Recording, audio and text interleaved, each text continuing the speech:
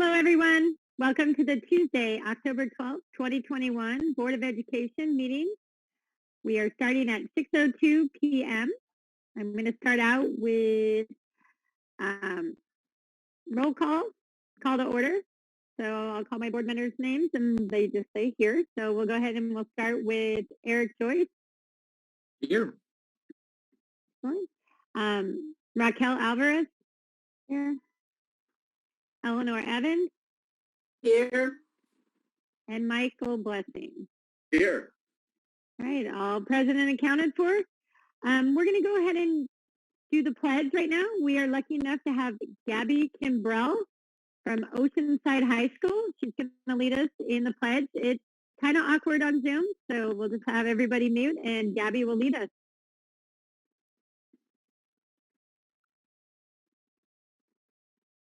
We're waiting for Gabby.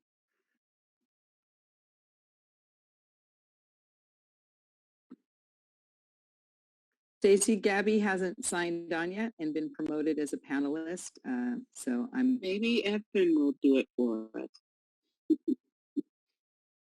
Evan, on the spot, would you like to lead us in the Pledge of Allegiance? Or I shall. Go ahead. All right, everyone. The Pledge of Allegiance, ready, begin. I pledge allegiance to the flag of the United States of America and to the republic for which it stands, one nation, under God, indivisible, with liberty and justice for all. Thank you for leading us. I appreciate that. Item 2B, this is a public report of actions taken in closed session. We had a busy closed session, so I have a little bit to read to report out. Item 1D, conference with legal counsel, anticipated litigation, OHA case number 2021-060-560. During closed session, the board ratified with a unanimous vote to approve a settlement agreement reached by the parties in OHA case number 2021-060-560, in which the district agreed to fund placement in a general education classroom with intensive individualized services. Educational expenses will not exceed the amount of $17,625 for compensatory education services and attorney fees, and resolved all issues in dispute regarding the 2019-2020 and the 2020-2021 school year and all prospective claims through the remainder of the 2021-22 school year. I have two more. OHA case number 2021-06-0016. Not on yet, but I'll be on in a few minutes. All right. During closed session, the board ratified with a unanimous vote to approve a settlement agreement reached by the parties in OHA case number 2021-06-0016, in which the district agreed to fund placement at a residential treatment center of Bayes Achievement Center Incorporated or a school certified by the CDE as non-public school. Educational expenses will be commiserated with rates for the CDE certified placements and an amount of $15,000 for attorney fees, and resolved all issues in dispute regarding the 2019-2020 and the 2020-2021 school year and all prospective claims to the remainder of the 2021-2022 school year. And our final third case, the family of 3 students with special needs entered into an agreement with the district which will avoid possible litigation for future. During closed session, the board ratified with a unanimous vote to approve a settlement agreement reached by both parties in which the district agrees to fund extended educational support. Educational expenses will not exceed the amount of $131,505 and resolves all issues in all prospective claims to the remainder of 2021-2022 school year. That is all I have to report on closed session. Our next item is item 2C, student representatives. This is great. So I'm going to call up from Surfside, Evan Hemmerly. Good evening, school board members, Dr. Vitale, and guests. My name is Evan Hemmerly, and I'm the student representative for Surfside Educational Academy this evening. The Maricosa College Career and Life Planning Dual Enrollment class will be starting on October 20th. Through this course, students will engage in career assessing, career exploration, and career outlook. Life skills such as budgeting, geographical outlook, next step planning, etc. will also be discussed in the class. For more information, please contact Ms. Ryan at Surfside. On Friday, September 24th, a friendly competition of kickball was organized by one of our independent study teachers, Ms. Susan Famia. The game brought teachers and students together on the field for a fun time. Our principal, Mr. Eric Franson, participated in the activity and demonstrated some great skills. Here's a video sharing highlights of the kickball game.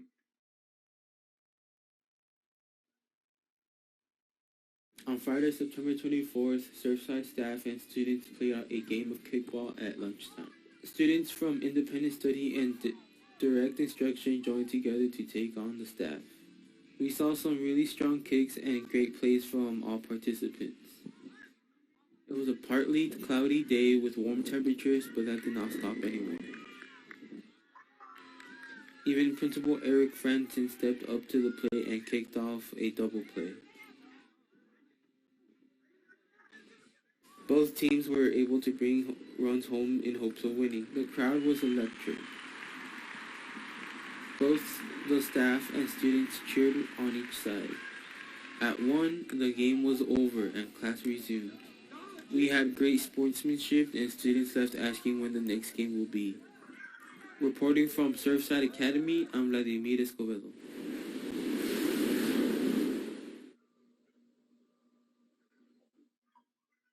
We are excited to bring back Grad Walk. Our first walk will be on Friday, October 15, 2021 at 12:20. Students from both Surfside Academy and Surfside High School who have graduated between the start of the school year and Friday, October 15th, are invited to participate. Graduates welcome to cheer from fellow students and staff members that ring that bell. Thank you. Thank you, Evan. Cool video. All right. Next up is Isaiah Aguilar from El Camino High School.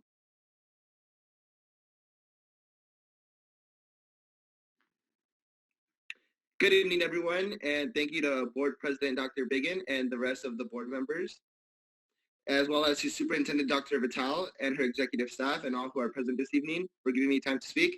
My name is Isaias Aguilar, and I am the student representative as well as the ASD president from El Camino High. And my presentation will be started.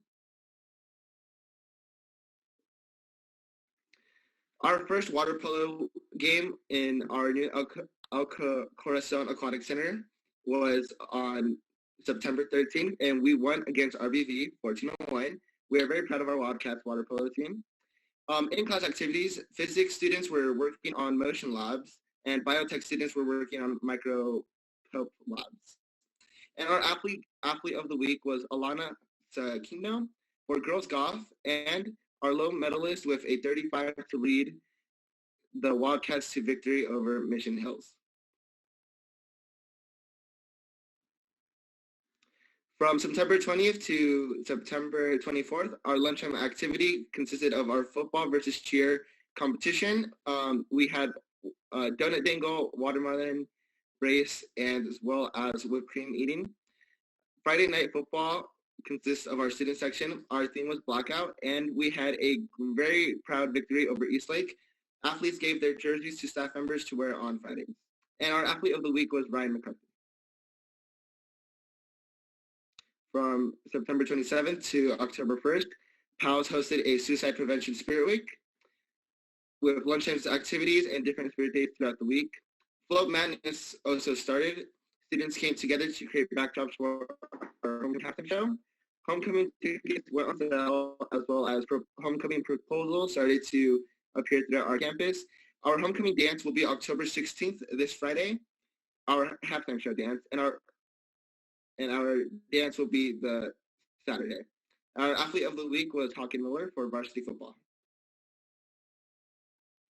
In the arena of sports, football, Freshman coach Helgerson earned his 100th Wildcat victory as a coach at UC against Eastlake 34-0. Volleyball outside hitter Alexa Radovolnik was named one of the top 20 San Diego players. Wildcats beat Oceanside 3-0 on Wednesday, October 6th. Cross country varsity boys finished first in cross country league meet. Tennis girls tennis team ran into a tough match at RBV Monday, October 4th, falling to the Longhorns 16-2. The Wildcats earned their second point from double partners Alana Jarvis and Charlotte DeLauro, as well as double partners Katrina Kaleos and Hannah Wolofsky. Boys water polo, Ryan McCarthy led the Wildcats with a hat trick, but could not overcome the dominant defense by the Grizzlies, as the Wildcats lost to Mission Hills 14-6 on October 5th. Softball, varsity softball standout Jade Ignacio committed to play at San Diego State University, and girls golf standout Jane Levio was verbally committed to San Diego State University as well. Thank you for your time this evening, and that concludes my presentation. Thank you, Isaiah. Great PowerPoint. All right, next we have Gabby Kimbrell from Oceanside High School. Good evening, I'm Gabby Kimbrell, and I'm Oceanside's ASB president. Thank you for having me, board and superintendent, Dr. So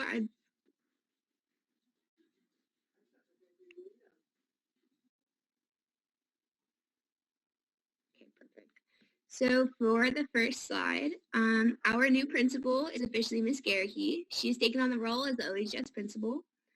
She's been at OHS as an assistant principal for the past 3 years, and before that, she was an assistant principal at Lincoln Middle School.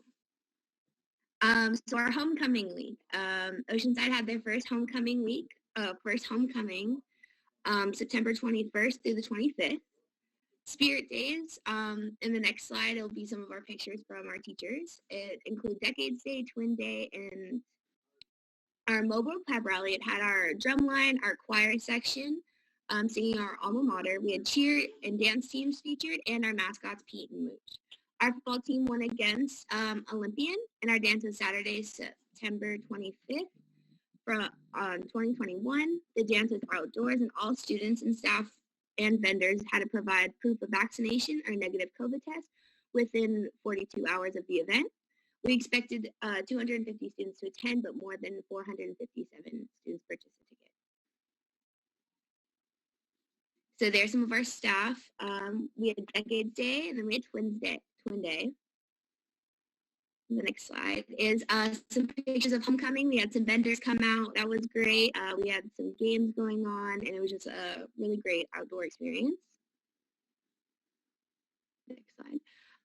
Our sports highlights, our football defeated Olympian during our homecoming. That was September 24th.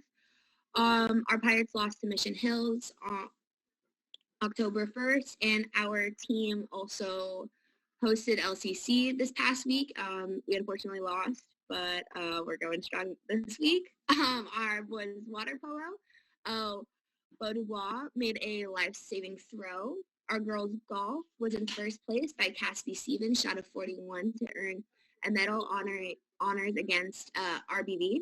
Our girls tennis, Laura Ramirez, Mira Ramirez, and Belle Moreno all won single matches for Oceanside. Belle Moreno battles back and forth 5-1 against our crosstown rivals El Camino. The Ramirez twins swept 3 of the single matches, and Belle Moreno added a set victory against Carlsbad. Our girls volleyball, Elena Hughes scored, she had a school record of 43 digs, which include a 4th time overall in the county, the history. For our next slide, what we've been up to. So we've had tutoring in the mornings before school, about an average of 30 kids on a daily. Our fishing club, just sailed on a half-day trip to learn about fishing and how the boat works.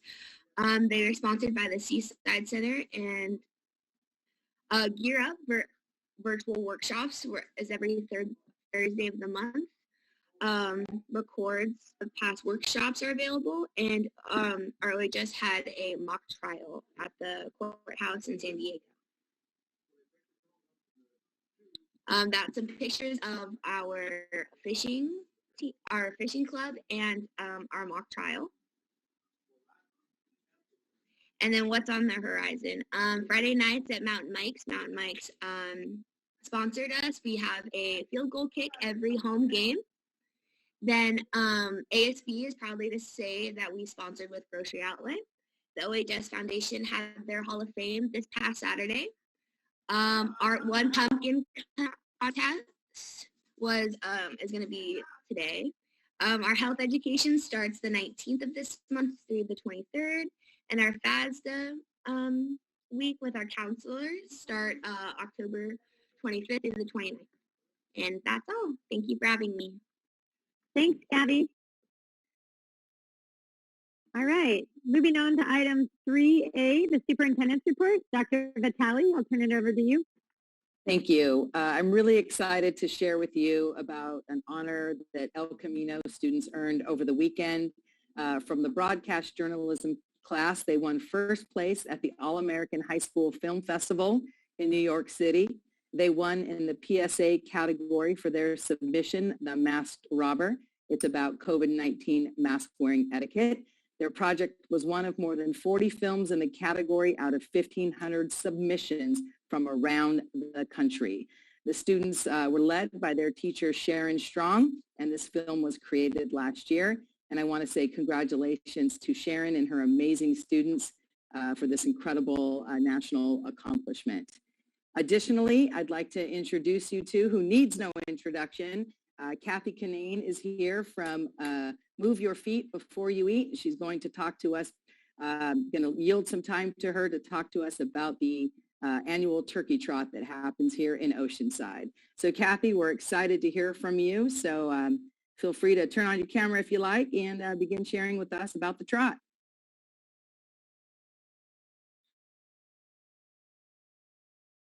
Hello, good evening. Can you guys see me? Yes, Kathy, we can see you All right, and we can hear the camera's you. not going to go. No, we can see you. Okay? Yes, we see you and we hear you. So good evening, Dr. Vitale, board members.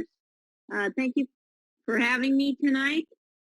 The Oceanside Turkey Trot is coming up on Thanksgiving morning, and it's presented by Tri-City Medical Center. We're looking forward to having thousands of you.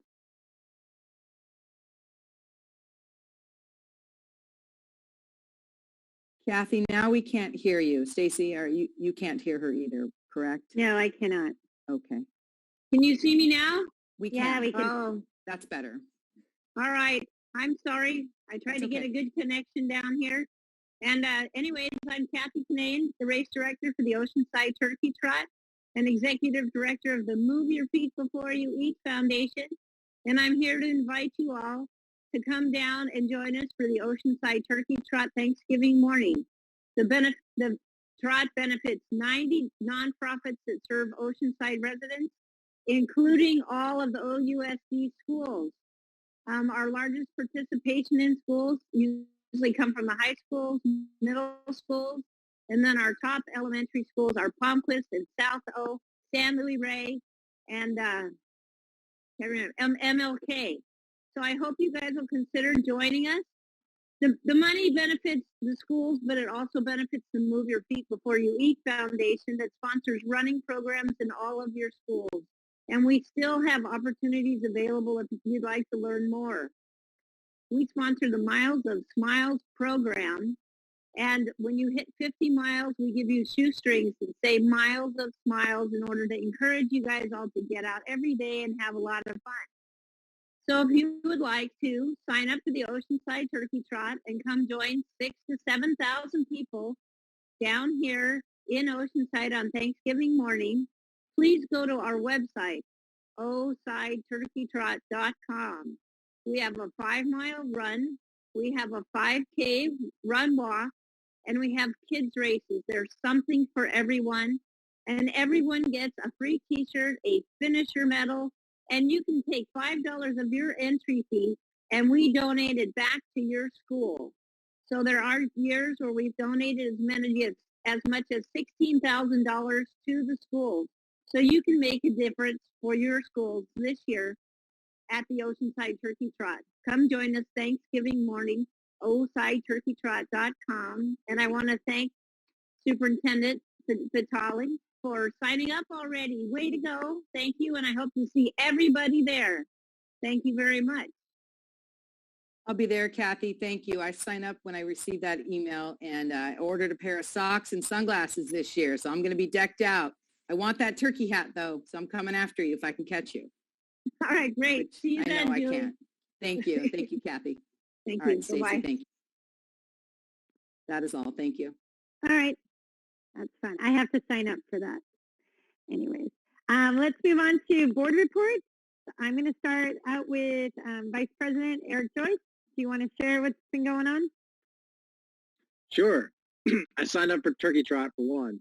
Got to support the local schools. So my son is actually really excited because the last time he was scheduled to do his first race, it got rained out 2 years ago. So this will be his first Turkey Trot. He's really pumped. This last month, there was a lot going on. So just a couple of highlights. The OHS Foundation's Oceanside Hall of Fame is, of course, a highlight.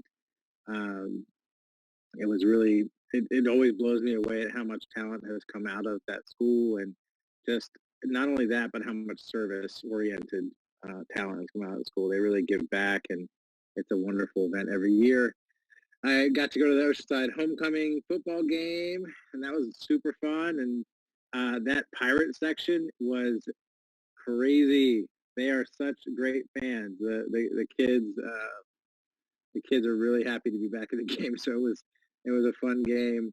And then yesterday was Indigenous Peoples Day. So I've been thinking a lot about how we are honoring our own local hero, Pablo Tak, with the namesake to one of our elementary schools. So it's a timely reminder of how important raising up Indigenous voices and the history of the land that we're on. And so I'm just really excited about moving forward with that. And then I attended an Eastside neighborhood meeting where we heard a lot about how the kids are settling in, and there's still a lot of need with mentoring and settling back into the school mode. So a lot of parents are engaged right now and looking to navigate the upcoming school year. Thanks, Eric. Moving on to Raquel Alvarez. Hey, everyone. I don't have a whole lot. I went to the OHS alumni meeting just like Mr. Joyce did, and was so proud because I have a husband who's an alumni of OHS and a kid who goes to EC, so the rivalry in our house is kind of crazy, especially with homecoming this week. So I love that rivalry that goes on in our home so much because it just makes it so much more fun. But also just to the alumni that comes out of there, just like Eric said, everything that they do for our community and give back to the community, and how they're so supportive of everyone in the community as a whole. And just not only to give back to OHS, but to the community as a whole, it just makes it just even that much more wonderful because they do for everybody, just because that's my number one, is that we're not about just one particular group of students, we're about all of our students. And so congratulations to all of those that were inducted into the Hall of Fame and even previous members that were inducted. So congratulations to all. And I look forward to the Wildcat game. Let's go Wildcats. Oh, no. Thanks, Raquel. All right, moving on. Eleanor, would you like to share your board report? Yes, I would. First of all, I just want to congratulate the students in this district and the amazing teachers. I did attend a CTA advisory meeting actually it was more in September. And I just want to say a shout out and congratulations to Teresa Collins, who is the coordinator, and compliments to the staff and compliments to the students. Our program is phenomenal, and hopefully more people in the community will have the opportunity to see what our students are doing. I attended the 40th year celebration of KOCT, which is one of our partners. So I'm looking forward for KOCT being more involved with our district. I also attended the Hall of Fame. And again, Congratulations to the Hall of Famers. You know, it's a wonderful ceremony. I attended the LGBTQ Pride Gala, which would not have happened had it not been for the FAIR Act, which basically is from California, and it's kind of unique to California at this point, that regardless of race, ethnicity, cultural disability, sexual orientation, you have the same rights as anyone else. And I'm looking forward to Oceanside High School's mock trial. I really would like to see that in action. Thank you. That's it. Thanks, Eleanor. And Mike Blessing. You have to unmute, Mike. Sorry. Thank you. Boomer here. Thank you. I too attended the Oceanside High Hall of Fame event, and Boomer that I am, I actually was proud to be there with two of the sons of people that I worked with at City of Oceanside. Mayor Bagley's son, Pat, was awarded for art, and Al Rudin, the city engineer's son, Alan Rudin, was there in the category of business. So that was a wonderful event. And Doug Avis, who I worked with as a council member back in my early days, was also inducted, and I got to meet his family there too, and that was a great experience for me, who was not an Oceanside pirate, but to love that school and its history and that tradition. I think it's the 15th year, so it's a wonderful, wonderful event. Attended one other event of note was a Meet the City officials event at the El Corazon Aquatic Center, which is just a fabulous facility, and I'm so glad our water polo teams are swimming over there and winning games and matches. So that was it. Thank you so much. We've all been busy. I've attended most of those events with my board colleagues, the Chamber of Commerce, Meet the City event, as well as KOCT's 40th anniversary, and the Oceanside Hall of Fame, which was amazing, and the North County LGBTQIA Centers fundraiser this weekend.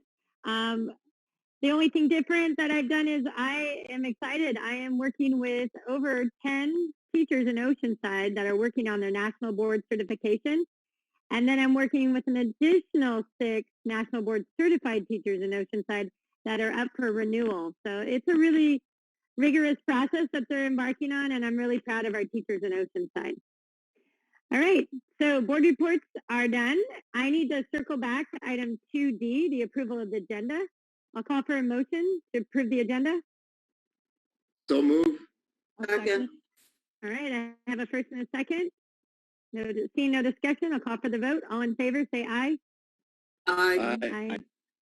All right, agenda's been approved, 5-0. So moving on to item 5, general consent items A through double C. I'll entertain a motion. I'll move approval of the agenda consent items. I'll second. All right, I have a first and a second. Any questions or discussion? Seeing none, I'll call for the vote. All in favor, say aye. Aye. Aye. All right, consent items carried. Moving on to 6, presentations. I'll turn this over to the district leadership. Good evening, Board of Education. Tonight, we will be sharing with you our California School Dashboard Local Indicators Report. So we'll open that slide deck, please. Thank you.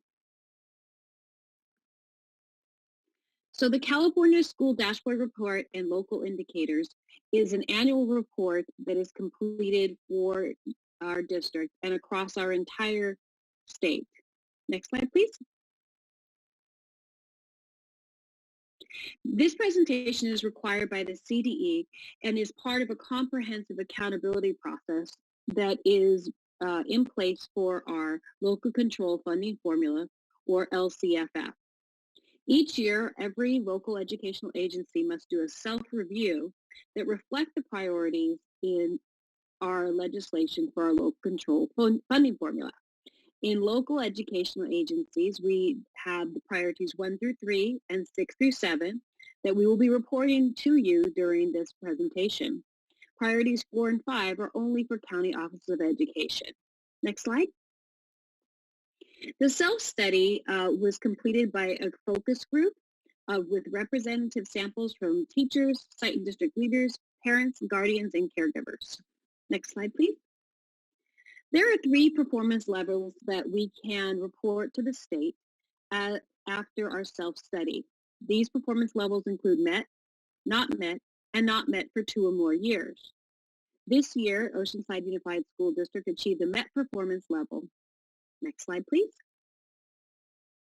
The first priority is around what they call basic services. This includes things like the number of students who are assigned to teachers or teachers who are teaching outside of their content area, students' ability to access and have their own copies of the instructional materials for use at school and at home, and also to evaluate whether our facilities are in a good repair standard. A good repair standard is that they are adequate. And what we found in this priority is that we have met in all of these areas. Next slide, please.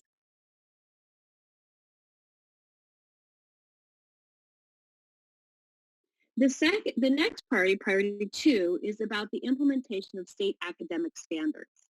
And as you can see from this chart, ELA, ELD, math, and science are all in the implementation phase. History social science is in our exploration and research phase as we are looking to adopt a new history social science curriculum. Next slide. Priority 2 also talks about the importance of identifying professional learning for our individual teachers and providing support to teachers who have not yet mastered some of the skills they may need. We do have full implementation for these areas.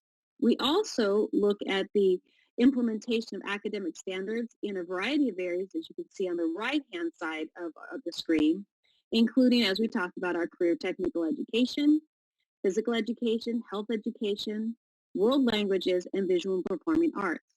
We are going to continue to explore how to expand our visual and performing arts across all of our grade levels, especially in our elementary levels, not just at our secondary levels. Next slide, please. The other priority that we are looking at is parent, guardian, and caregiver engagement. And there are 3 key areas that we evaluate. One is building the relationship. The other is building the partnership focused on student outcomes. And then partnering with our families, caregivers, and guardians about decision making. So in all of these areas, there are opportunities for us to grow and also areas to celebrate. Next slide, please. We have a lot of strength in our parent, caregiver, and guardian engagement. This includes multiple opportunities throughout the year for staff and family to work together at both the district and site level. Due to the COVID-19 pandemic, all engagement activities were held virtually, and we found that we were able to engage with different families we might otherwise have been able to had we been having only in-person opportunities. We've had virtual parent academies. There are monthly newsletters for elementary, middle, and high school families. We have contacted families of students who are not present for learning both during the pandemic and when we return to full in-person learning. We have site staff to support families, including bilingual office assistants, a school community advisor, counselors, and assistant principal staffing. And then we have 8 standing committees and also topic-specific committees that we engage our community and our families in conversations about how we can better serve the needs of their children. Next slide, please. Priority 6 is around school climate. And what we look at this is the California Healthy Kids Survey results. And what we find that even during the 2020-21 school year when we were in hybrid instruction, we saw students reporting that they were feeling connected, that they had meaningful adult relationships, and that they were able to see more positive relationships. Next slide, please. The last priority that is identified through the LCFF is the access to a broad course of study. This is to make sure that we have academic opportunities across all grade levels in kindergarten through 6th grade for math, English, science, ELD. and that we have visual and performing arts that could be offered more broadly to those students in grades 4 and 5. And then in grades 7th and 8th that we have math and PE for all students, and that we do have opportunities for CTE. And then in grades 9 through 12, students have much more choice and opportunities, so they can have more opportunities to pursue CTE, visual and performing arts, PE, and science and world languages. We also wanted to look at how the graduation rates are going. We were continuing to monitor this, and we find that while we do have the graduation rate, we have a lot of room to grow in this area, especially for our students who have been traditionally underserved. And we will continue to monitor this and be very strategic about how we can support our students with disabilities, our English learners, and our foster and students in transition. Again, this is from the 2020-21 school year. So again, with the pandemic, we're going to continue to monitor this and focus our efforts on supporting to improve this. Next slide, please. So this concludes the report from this, and any questions that you may have, I'm happy to answer. Before we ask questions, we have one public comment. So I'm going to ask my board colleagues, hold on to the questions. Let's listen to the one public comment. Thank you, Dr. Levy. And this is an information item, so there will be we don't need to vote on it. So who is our public speaker? Michael Mitchell.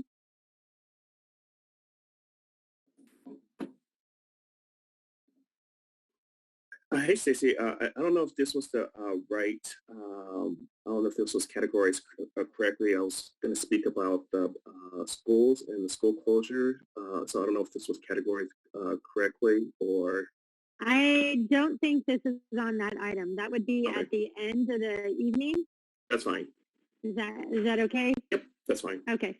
So you will be at the very end of the evening when we do public comments on non-agenda items. Okay. So, all right. Thank you. Sorry about that. All right. And now we'll go to questions. Thank you, colleagues.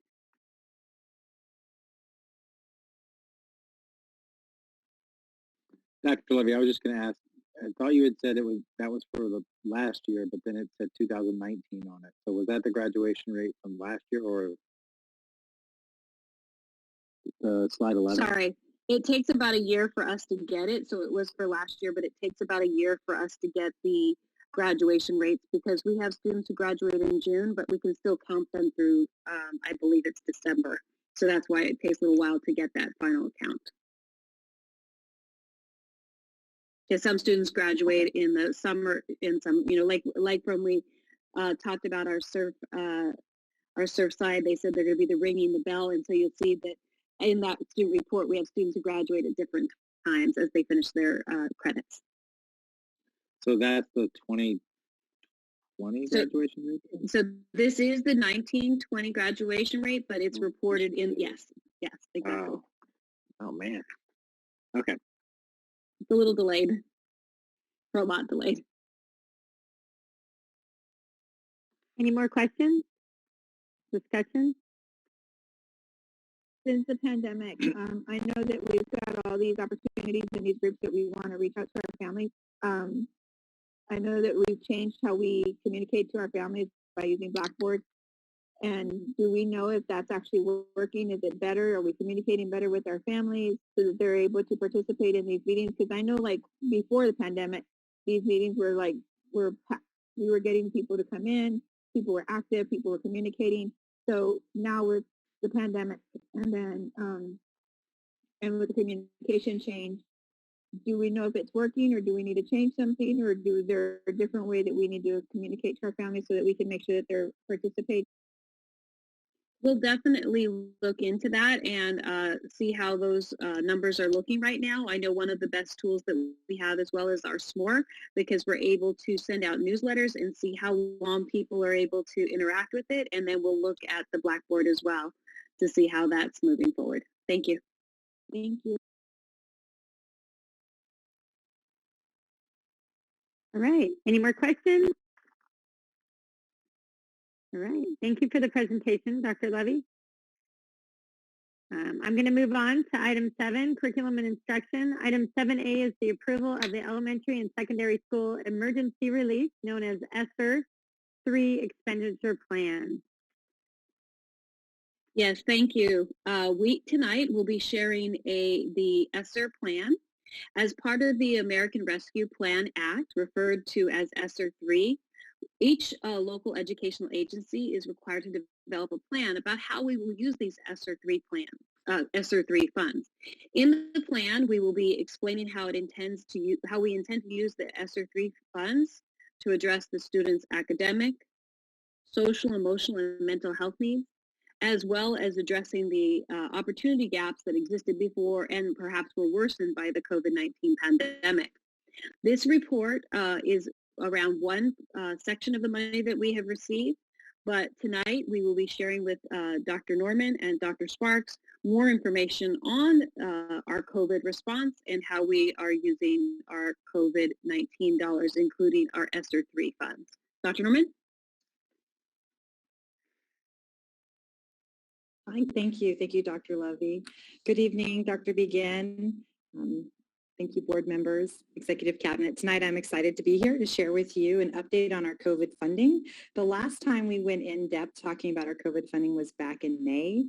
And before that, we had talked about it in February. So what I'm going to be doing is going through the 2 waves of funding that we've had, and then sharing with you what we've spent up to date and what our plan is. And then Dr. Sparks will also round it out with our efforts with COVID throughout the district in terms of the different supports that we've provided. Next slide. So back in March of 2020, we got our first wave of funding. And so in true education style, we just kept calling it the same thing. We had Esser, and now we've gone up to Esser 2 and Esser 3. But our first one came through the CARES funding. And the 2 major sources of funding for CARES were the elementary and secondary school emergency relief, also known as Esser 1, and then the governor's emergency education relief, which was called GEAR. Then we also talked a lot about learning loss mitigation funding, or LLM, and that's mostly funded through Prop 98, which is state funding. Then we have CRF, or Coronavirus Relief Fund, and then we have GEAR 1. And so those were the pots of money that we utilized for the first $18.3 million that we talked about back in February. Next slide. So how it looks when we get all of our funding is there's different legislation, different sources, and then how the funding comes to us sometimes is based on different guidelines. It could be based on ADA, Title I. We could be looking at our students with disabilities, supplemental and concentration grants, LCFF. So there's different formulas. So there's no one way that we get our money. So it's important that we keep track of it through different ways. The CDE sends that to us. Different amounts, you can see that in the 4th column over. And then there's also different timelines. So back in May when we did our study, when we were looking at the second wave, again, this is the first, we talked about how it's over multiple years. You'll notice that this first wave, the different timelines primarily end in May of 21. We have June of 21 for the learning loss mitigation. And then there's 2 funds that are ending in September of 22.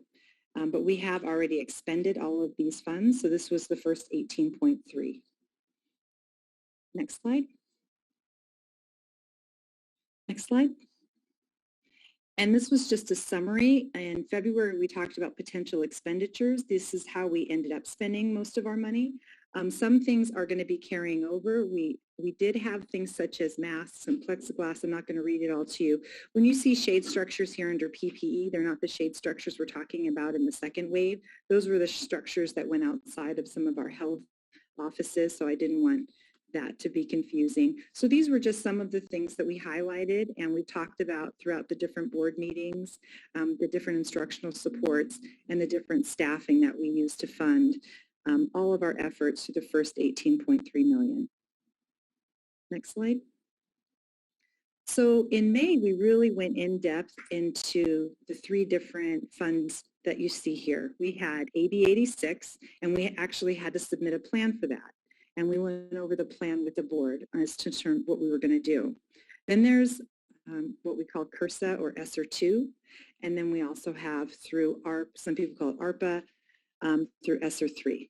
So I'm going to talk about these three funds now. So I'm now into the second wave of COVID funding. So the first wave was 18.3 million. Now we're coming into the second wave. And this is what we did our May board meeting on, our study session on. So a lot of these things will be sounding familiar. There were adjustments to all of these funds. Basically, the state and federal government split it up differently, but the funding amount is about the same. So we have the in-person instruction grant, also known as IPI, and that was about 6.4 million. That was extended, and that now goes till 2024. You're going to notice that a lot of the deadlines were extended, and that's because as we came back from COVID and the amount of money that needed to be expended was quite large, but also you can only remediate so fast and provide so many supports at once. And what we really wanted to do was layer in supports over multiple years. And so the plan that we shared with the board, and that still remains consistent, is a multi-year plan, which will go through September of 2024. So this is AB 86, next slide. This is also AB 86, and so that means we're still talking about state funding. This is about $6.5 million, and this is for the, we called it the ELO grant. Some people call it ELOG or the ELO grant. And this funds for in-person support and instruction. I know, I can't even make up these acronyms. They're so goofy. The next one is the 1.1 for paraprofessionals. And so that goes until 2024. So that money is both through AB 86, but for specific purposes. What's really important to note with all of these funds is that they can't just be spent any way you choose. There's certain justifications that have to go along with it, and we are audited on that, and we have to send in reports regularly. And so anytime we do expend the money, we have to make sure we have justifications that go along with it. Next slide. Now we're going to be talking about Esser 2. So we're moving out of state and into federal. The deadline here is September 2023 for Esser 2, and this was based on the LCFF formula, and that's about 12.4 million. Next slide. Now we have the American Rescue Plan Act, ARP or ARPA, Esser 3. So when you put them together, that's the amount that you'll see on the Esser 3 report that Dr. Lovey was talking about. When we spend it, though, we have to keep it split between the two pots. We have about 22.5 million for Esser 2, and then for the learning loss mitigation, that's Esser 3. I'm sorry, both are Esser 3. That's about 5.6, and it's split up because the justifications vary a little bit between how you can use the money. And so that goes until September 30th of 2024 also. So what I've done is provided, basically I just did a narrative. This is a snapshot for you of the first three funds we talked about, just so that you can see it all at once. And I think what's really important is that we also look at how is the funding made available to us. I think that there's a misnomer out there that all the schools have gotten all the money and we've spent it all, and that absolutely is not true because we haven't received a large amount of it yet. And I just wanted to give you an outline of how we do get the money and when we get the money. So looking at the first one, state and federal legislation, we have CRSA. Also, and then we go to source, it's Esser 2. We've received about 1.17 million. It's a federal cash management, which means that we spend it and then we basically get the money sent to us. And so that's where we are with that fund. So you can see out of the 12 million, we've only spent about 1.1 so far. And then you have the American Rescue Plan, which is Esser 3. We've received about 2.4, and that's about 2 months after the reporting period, and that's out of the 22 million. And then again, we have the learning loss mitigation in the third row, and that is the same thing. We haven't received any money yet from that, and so we have about 5.6. Now, it doesn't mean that we haven't already taken action to spend it. It's just that we haven't received the money back, and so we haven't accounted it. We have a funny term in fiscal: you don't earn your money until you spend it. So it's not considered earned until you actually spend it, which in terms when you report things, it sounds kind of confusing. So for some of it, we haven't earned it because we haven't spent it, but we actually have, and we're in the process. Okay, so if I haven't confused you enough, we're going to talk about AB 86. And I've tried to color code this to kind of guide the thought process. AB 86, when we first got the money, was in 3 buckets. They were the blue buckets that I'm looking at. We had the IPI grant. We talked about that. We had a great plan for it. Then we had the ELO grant for paraprofessionals. And so those are still in existence. And the third one was the Extended Learning Opportunities grant. So we had those 3 originals that we talked about back in May. Well, what happened is we wanted to keep that money in place, but instead of the state just sending out the money, what happened was in that last one, Expanded Learning Opportunities Grant, the third blue one down, is instead of it all coming out of that pot, what happened was the state had gotten some set-aside money from the federal government. And so the state says, we're going to take this state set-aside money, and that's how we're going to fund AB 86. And so you see the 4 green boxes. The money stayed about the same, but basically the source that the state used to provide the money to the LEAs or to the districts changed. And so the legislation is AB 86, but you can see in the first green line, that's Esser 2 state set aside. And then AB 86, we used Gear 2, we used Esser 3 state set aside, and then Esser 3 state set aside for learning loss mitigation. So we took 3 buckets and we turned it into 7 just to make everything really confusing. But we do keep it straight and we do keep good notes about it. And you can see the funding available. Some of it's not even coming until December. And so you can see the amounts on the far right and you can see the funding available. Some has been received, like I shared before, but some won't be here till December. We were supposed to get it in August, but then when they decided how they were going to be giving us the money and the pots of money that would be used, it pushed the timeline back to December. Next slide. So what are we doing with the money? Because that's really important. So when you get categorical money, you do have a provision for indirect costs. And basically the indirect costs are the costs that you're allowed to take out of the grant. There's always limits. Some grants don't let you take any, and some grants let you take a certain percentage, maybe 4.5%. And then that money can go into your general fund to help pay for whatever the costs are associated to monitoring the grant, because you have your regular job and now you have your grant job, and it basically goes into the general fund to help that happen. So you'll notice whenever, if you were to add up the budgeted amounts, they'd be about $2 million less than the 59.7. So earlier in the presentation, I shared the 18.3.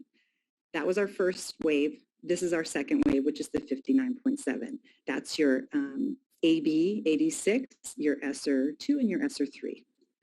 So we kept the buckets the same. So when we keep track of how we spend our money, what we did was we looked as a district. We had reached out to the sites, who had reached out to parents and employees. We reached out to our district departments, and we came up with really a needs assessment of what we need to be spending our money on. And then we went through and categorized it and put it in 10 buckets. And so the first 4 on the left, when I'm looking at my screen, Dr. Levy's going to explain how we've allocated money, just to give a little more detail for everything from mental health counselors to transitional kinder. What you're going to notice is that there's a budgeted amount and then there's an expenditure. So that means that's what's hit the books today. But these numbers are different than what they will be tomorrow and the next day, because as payroll comes through, as requisitions come through, as subscriptions come through, everything starts to hit the different budgets. So I just want you to know this was a snapshot in time, and it's going to change dramatically between now and December when we update you again. So Dr. Levy, do you want to talk about the first 4? Yes, thank you, Dr. Norman. So mental health and counselors, and I know Dr. Sparks will talk about this as well, we have expanded that in our schools with having full-time counselors at all of our elementary schools. At our secondary schools, we have contracted with mental health professionals. We have Palomar, Wellness Together.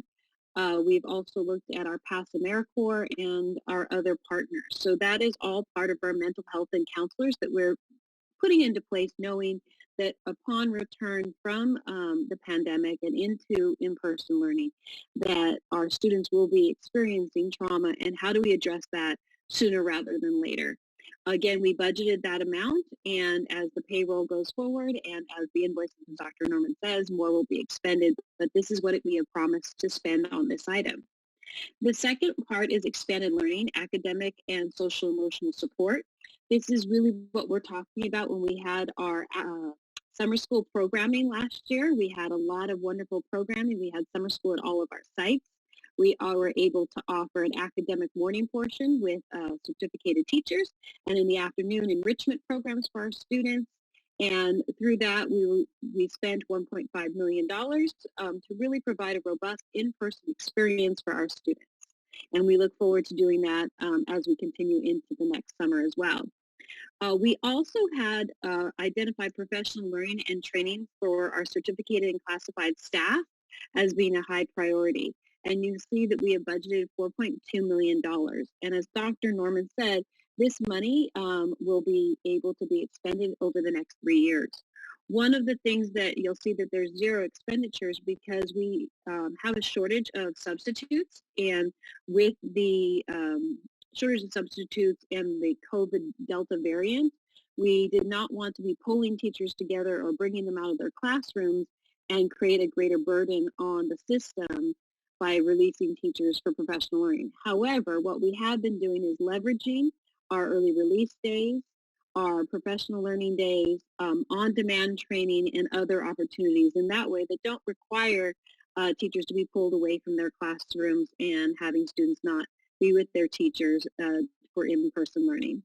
And then the last part is transitional kindergarten. We expand transitional kindergarten to every single school, every school site that is an elementary site in our district. And we budgeted $214,000 to buy additional equipment, instructional supplies, kitchens, play areas, so that they could be truly developmentally appropriate for our youngest learners, and so that we can engage them in their learning as they are coming into our system. Thank you, Dr. Norton. Thanks, Dr. Levy. When we go into facilities, this talks about HVAC, roofing, shade structures. We're talking about the larger shade structures, and then outdoor learning. We budgeted $9.5 million. We've only spent about $5,000. Can we go back? I'm not quite ready to talk about shade structures. That's next. So we're going to talk about that in the next slide because we had some questions about that, and then we'll be asking for direction on shade structures. For technology, we budgeted $2.1 million. We don't have expenditures now out of these budgets. We did make some large purchases out of Title I recently for our teachers, and then some of our other purchases have already come out of the previous COVID funding, but we do have 2.1 dedicated to this amount. Then we have classified and certificated personnel. We budgeted $16.4 million. So far we've expended $37,000. And then we have PPE. We have $217,000, about $700. Again, a lot of our PPE came out of our initial allocation, and then we have some other that we've already spent. So this is what's here. This one has been kind of tough to anticipate based on the changes that have come about. You know, we thought we were kind of moving out of masks, and then we moved right back into masks. And so as those shift and as our needs shift, we'll shift the need for funding PPE. And then we have curriculum, instructional materials, supplies, and equipment. We budgeted 9.6. We've spent about a little over $500,000 on that. One thing also I wanted to note in how we do our budgeting at the district is sometimes what we do is, for example, when we do the pay, when we do the $1,500 for our employees, that will be coming out of IPI. We pay that out of the general fund, and then we move the money all over at once out of our grant. And so you might see a $6 million shift from one of our reporting periods to the next. So I just want to let you know that we do things to try to create the most order for our systems as we can.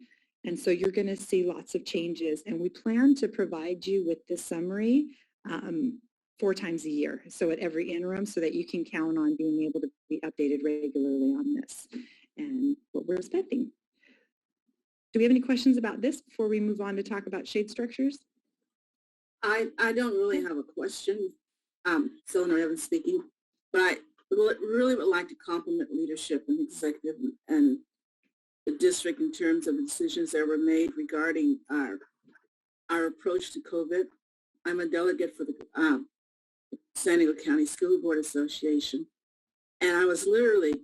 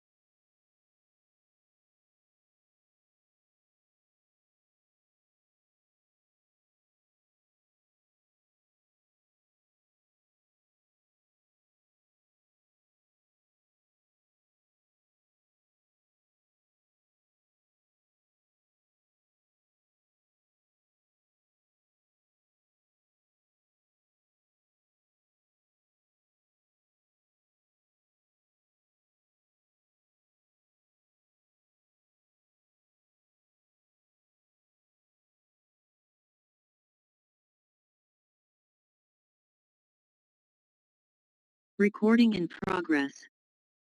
Together in terms of making sure that it all aligns.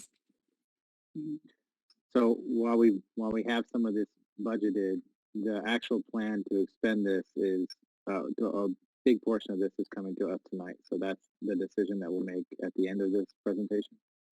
Well, this is just an information item in terms of the update for COVID, and then we're going to ask direction on how you'd like to move forward with the shade structures.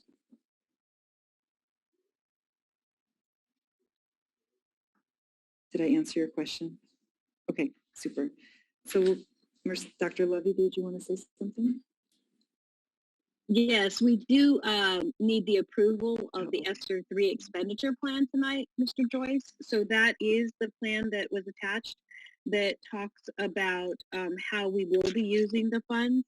But what we felt as an organization, and Dr. Norman and I were talking, and our whole team, was that we know that these areas, these 9 areas, are the most essential areas, and that as we plan and as we get money, we want to continue to create a systemic, long-term plan to address that learning loss that will continue. So as the legislature puts aside more money, we want to make sure that we continue to spend it as wisely, and that we think about how we can spend it long term, because we know that our students have had 3 years of learning that has looked different, and it will take years as well to continue to support them so that they can meet their long-term goals. I have a quick question. Or are you done, Eric? Sorry, I didn't mean to cut you off. No, I mean, I have several items to speak about within that when we get to the plan approval, and it will tie into this conversation as well. So I don't know when we're going to do that. So I can save mine till the end. Okay. Ms. Alvarez, did you want to say something? No, I'll just wait because I think you said you only have a couple more slides before you're done, and then we can have conversation. Okay, I have one more about shade structures, then Dr. Sparks will take over. So the next one is we had gotten some questions about the different types of shade structures. So we've provided illustrations and potential costs of 3 different types. The first one's a fabric shade structure. This is about 40 by 40. The average life for these is about 10 years. We have many on our campuses that have exceeded that. The replacement cost for the fabric's about 20% of the cost of materials. When you're looking at $128,000, that's when you're also looking at your labor to put it up, and so it increases it quite a bit. And then you can replace the fabric. The next one is the solid top shade structure. That one lasts for about 25 years. And then the solar top shade structure, that one lasts between 20 and 25, but after 15 years, you start to have degradation. And then what we'd also have to do is have a maintenance contract for those, because we don't have maintenance employees who maintain solar on our staff. And so there's different costs associated with each of these. But this is a general idea of what it would cost. It's a snapshot because every 30 days prices could change. The price of steel is changing regularly. The price of solar could change. The solar also varies based on how many panels. So if you ended up moving off of say a 40 by 40 and you did a 40 by 60, of course that would cost more. But this gives you a general idea. We did not include JMS or SLR, Pablo talked, because they're in the middle of being modernized, which is very exciting. And so those things will be taken care of through the bond. But this is a rough order of magnitude based on price per square foot. So are you looking for direction?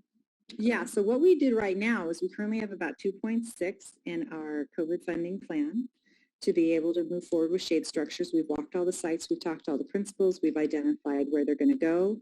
We were planning on the fabric shade structure previously, and we've costed that out. They are DSA approved, but we know that you also had an interest in exploring the other 2, so we haven't moved on doing anything. We just wanted to pause and give you information and then ask you how you'd like us to proceed. So the stuff that's missing, the information that's missing from, I think, this conversation as well is there are movements in the city to go to community choice energy, which would allow us to partner with them and sell back energy that we are collecting over the summertime. There is also a net savings in what you spend at the school site. So I don't feel like this, just my opinion, this page gives us enough information to have that conversation. I realize that we need to start moving ahead. And if we were to change it, then we could, of course, change the plan that's in front of us today. But, you know, for the long-term interest of our schools, I think solar top is absolutely the way to go. But I would also, you know, I want to make a fully informed decision. And so speaking with my colleagues over at Carlsbad, they've incurred a lot of savings with the work that they've done with solar and the Carlsbad city has done partnering. So I think it could be worthwhile for us to gather that information prior to making the direction. That would be my. I'm concerned about solar. The technology is constantly changing. And with the school system, you know, especially the history of, excuse me, Oceanside, where we go in and we buy all the stuff, and then 5-10 years later it's obsolete, or it's no longer available, or it's just dilapidated. If we're going to do something, I would look at solid top shade. Only, again, looking at the fabric shade, that's not going to last but 1-2 seasons. And I have a feeling with the vandalism that goes on in the school system, may not even last that long. Solid top shade structure, you know, if in the future, and solar does prove to be beneficial, because remember there was a period of time, I think it's still going on, where it wasn't profitable. You know, SDG&E, whoever were not buying back the solar energy because there was so much of it, okay? And again, you know, like I look at my neighbors, I look at neighboring schools, and, you know, it's like ketchup when they have solar energy. It's not, you know, it's not sustainable in the sense that we would like to have it as a school district. The top shade structure, you know, it's going to be there. It was there 20 years ago. It'll be there 20 years in the future.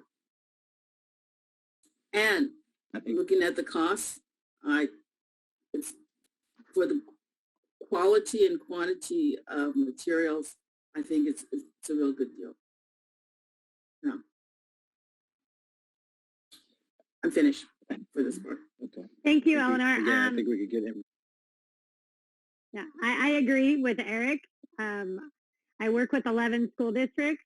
A large majority of them have the solar parking structures, which not only provide the shade, but also, I mean, it's green. That's where we should be heading. So I think there's some more information we could get on these solar tops. And Dr. Norman, I'm sorry to add more work to you, but definitely to look at, you know, do they pay themselves off over time? What is the maintenance fee, et cetera? But I'd like us to look into that. Like I said, down the coast, most school districts have that. I think, Eric, your school district also has those. So we can do research by talking to the other school districts. Well, I don't think anything's greener than the solid top shade structure. You're not using lithium batteries. You know, it's just you, nature, and wood resources or metal resources, lunar resources. I think I agree with Eric and Stacey on this point that we need to get some additional information, because I'd like to know like what it would also cost to also have that person that'll maintain it and what it'll look like also financially in that part of it. I agree that the fabric just doesn't work financially. We're just going to be throwing money away, because even if you went with solid or solar, you're doing the same amount of time and the same amount of money in having to replace it. And again, the time and the money and everything that goes into it, and what it's going to go up to at a later time, because you talk about in 30 days, it's going to go up again because things change in prices. So it could cost us another, instead of 2.5, it's going to cost us 3.5 in 10 years. So, you know, or 4.5. So we're looking at spending almost the same amount that we would have spent on solid or solar at that point. So we can get some additional information. That would be great. Again, just like Dr. Began said, it's just, you know, it's more work, and I'm sorry, but at this point, it's just one of those things that we can't move forward when we're looking at the financial aspect of how we use these monies the right way. I think we need to be we need to look full circle on everything and look at everything the way that in long term, because we've never really had a maintenance program on anything. We haven't done that to any of our school facilities, and we need to start at some point, and that time is now. So, sorry. It also has the potential to save the district money if they're actually working with these to generate the electricity that runs our schools. I mean, that's the key point. They could almost be cost neutral at some point. So, anyway, so I'm a firm believer of this. It sounds like I haven't heard Mike weigh in yet.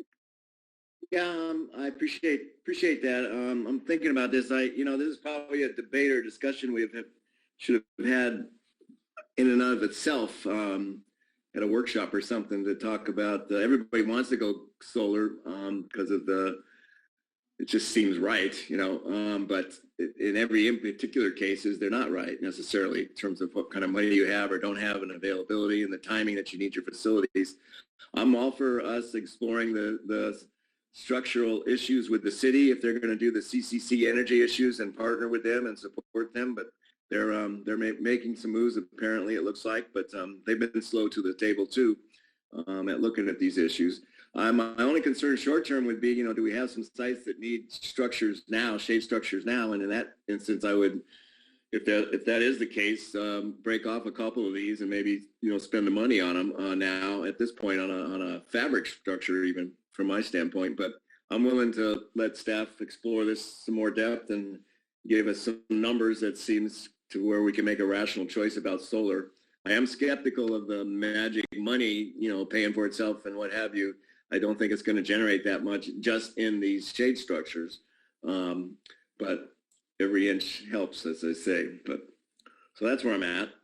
I think, Mr. Blessing, you bring up a good point. Is it really going to be beneficial for us, and will it generate enough just with the shade structures? So in what I know, I'm sure I'm going to become an expert in solar by the next time we talk about this.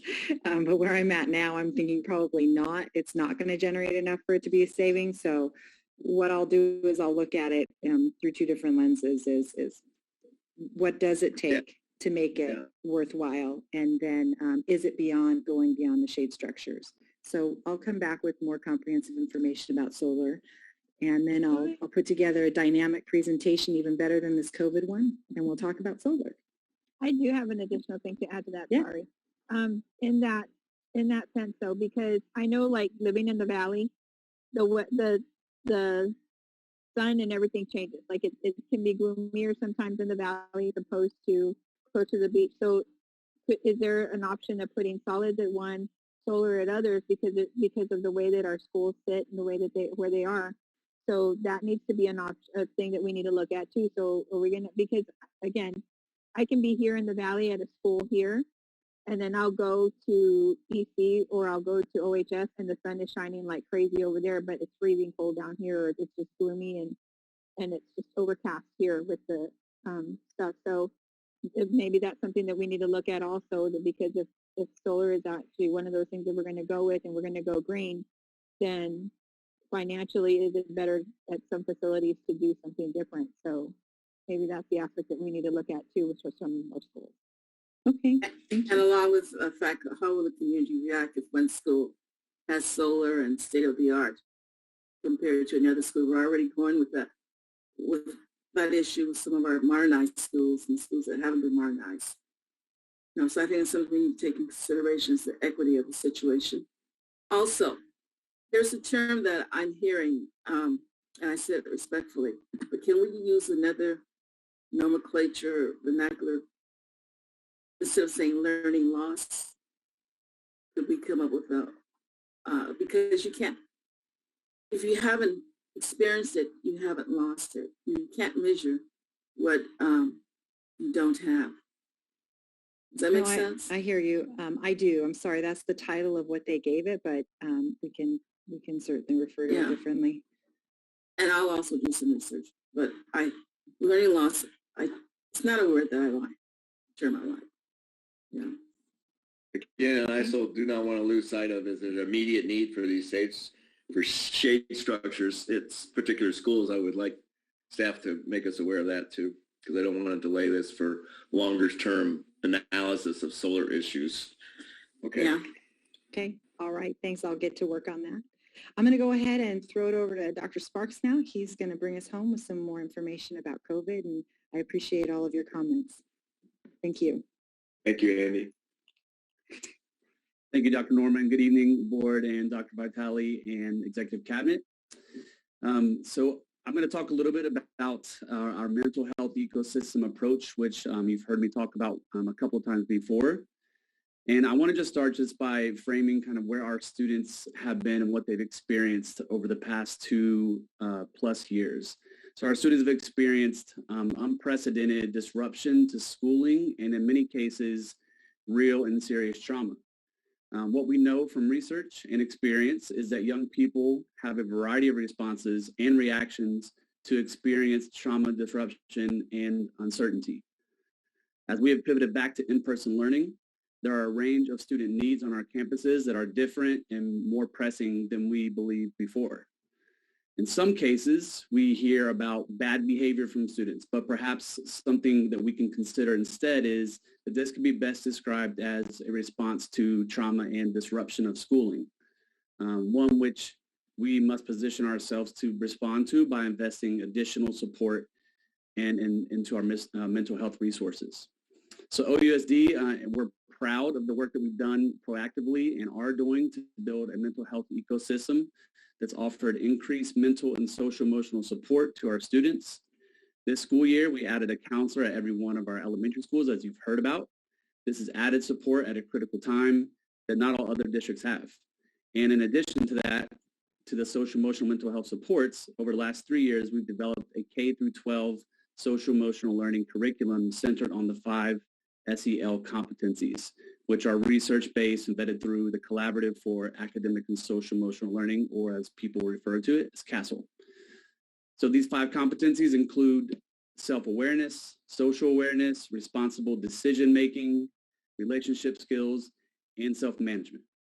So I'll highlight those things to share with you some of the more proactive things we've done, but we've also been proactive in the way that we've used our Esser funding and our ELO funds. So as you see here on the slide, we've committed to at least 2 years, in most cases 3 years, for additional support around mental health supports, counselors, programming, mentorship, and additional support on campuses. So our Pass AmeriCorps program, which provides mentors across all of our schools from the San Diego County Office of Education, we have chosen to fund them for the next 3 years using our Esser and AB 86 or ELO funding. For Palomar Family Counseling Services, we're supporting our contract with Palomar for the next 3 years through 2024 with our funding, which brings over 23 counselors to all of our school sites across the district. Counselors that work hand in hand with our OUSD counselors. We also are supporting the contract for transformational consultants, affectionately known as TC, across the district. For the next 3 years, these are folks who are on the ground support for students who are in need, families who are in crisis, and a lot of other supports that they offer at the school sites as well. We also are funding Care Solace for the next 3 years, which is a mental health counseling concierge that's available to our students, their families, our staff, and their families on a 24/7 basis through phone and online. We also have increased our Wellness Together mental health specialist partnership. As you might recall, these are folks who are mental health specialists, and we've already had a partnership with them. We're in year 3 of 5 with that, but we decided to use some funding to add additional mental health specialists to our 2 comprehensive high schools to support increased needs there, at least for the next 2 years using our Esser funding. And then one other thing we've done is we have funded our partnership with Panorama Social Emotional Learning, which is our SEL Universal Screener and Student Success Dashboard. This extends through 2024 as well. This is a survey that's administered 3 times a year, and it provides direct information from the student to the teacher, the counselor, the school psychologist, the school administrator on how the student is doing. What's on their mind, what are they dealing with, what are they struggling with, what's being a success for them. And just like our iReady tool, it helps develop a social emotional learning intervention plan for students who may need some additional support. Again, all of these have been funded through using our Esser and ELO funds. Next slide, please. Dr. Sparks, I'm sorry, before you go on, I have a really quick question. Yep. On that previous slide, sorry, could you go back? This says 3 years beside all of these services, or 2 years in the one case. Does that mean they have contracts for 3 years that are already set up, or are we just kind of planning informally to fund them through these? Good question. So in most cases, this means that we anticipate being able to fund them through the 3 years with our funding. It doesn't mean that they have contracts through those 3 years. And do any of these groups go to the student houses if they're having trouble coming to school? Because I know we've had a lot of issues with, not a lot, but I know we've had issues with students that are hesitant to come back, that have, attendance has been very difficult. So do we have any groups that do that? We do. We have a number of groups that do that, including a lot of our school staff. So our admin and some of our counselors do that as well. Some of our school community advisors do that. But as far as the groups that you see here on the screen, for example, Palomar Family Counseling Services, they offer counseling not only to the student, but they also offer family counseling services. Wellness Together offers that service as well. We have TC or transformational consultants who regularly do home visits, both for the purposes of students who may be in crisis or need support, but also to find and bring back into school students who may be chronically absent. So we do have a number of our partners who, on a regular basis with our school teams and district teams, do home visits. Thank you, Dr. Thank you for the questions. So shifting a little bit, this is just some updates to the board in general for COVID-19 protocols across the district. A couple of things we wanted to update our board on is that we have each time that the California Department of Public Health and SDCOE have updated their quarantine decision trees to allow for students to test earlier and return to school earlier. We've immediately adopted those quarantine decision trees in hopes to speed up the time that students are spending out of school and getting them back into school. We have adopted 3 different quarantine decision trees since the beginning of the year, and we'll continue to adhere to any updates that they provide to help our students be in school more often. We have a robust testing program that we partner with Achieve Health Management and Integrity Sciences with since the beginning of school. We've offered over 9,200 tests at our 4 locations on 3 times a week basis. So we test on Mondays, Wednesdays, and Thursdays at our district office here at ESS. We test at El Camino High School, Oceanside High School, and Libby Elementary.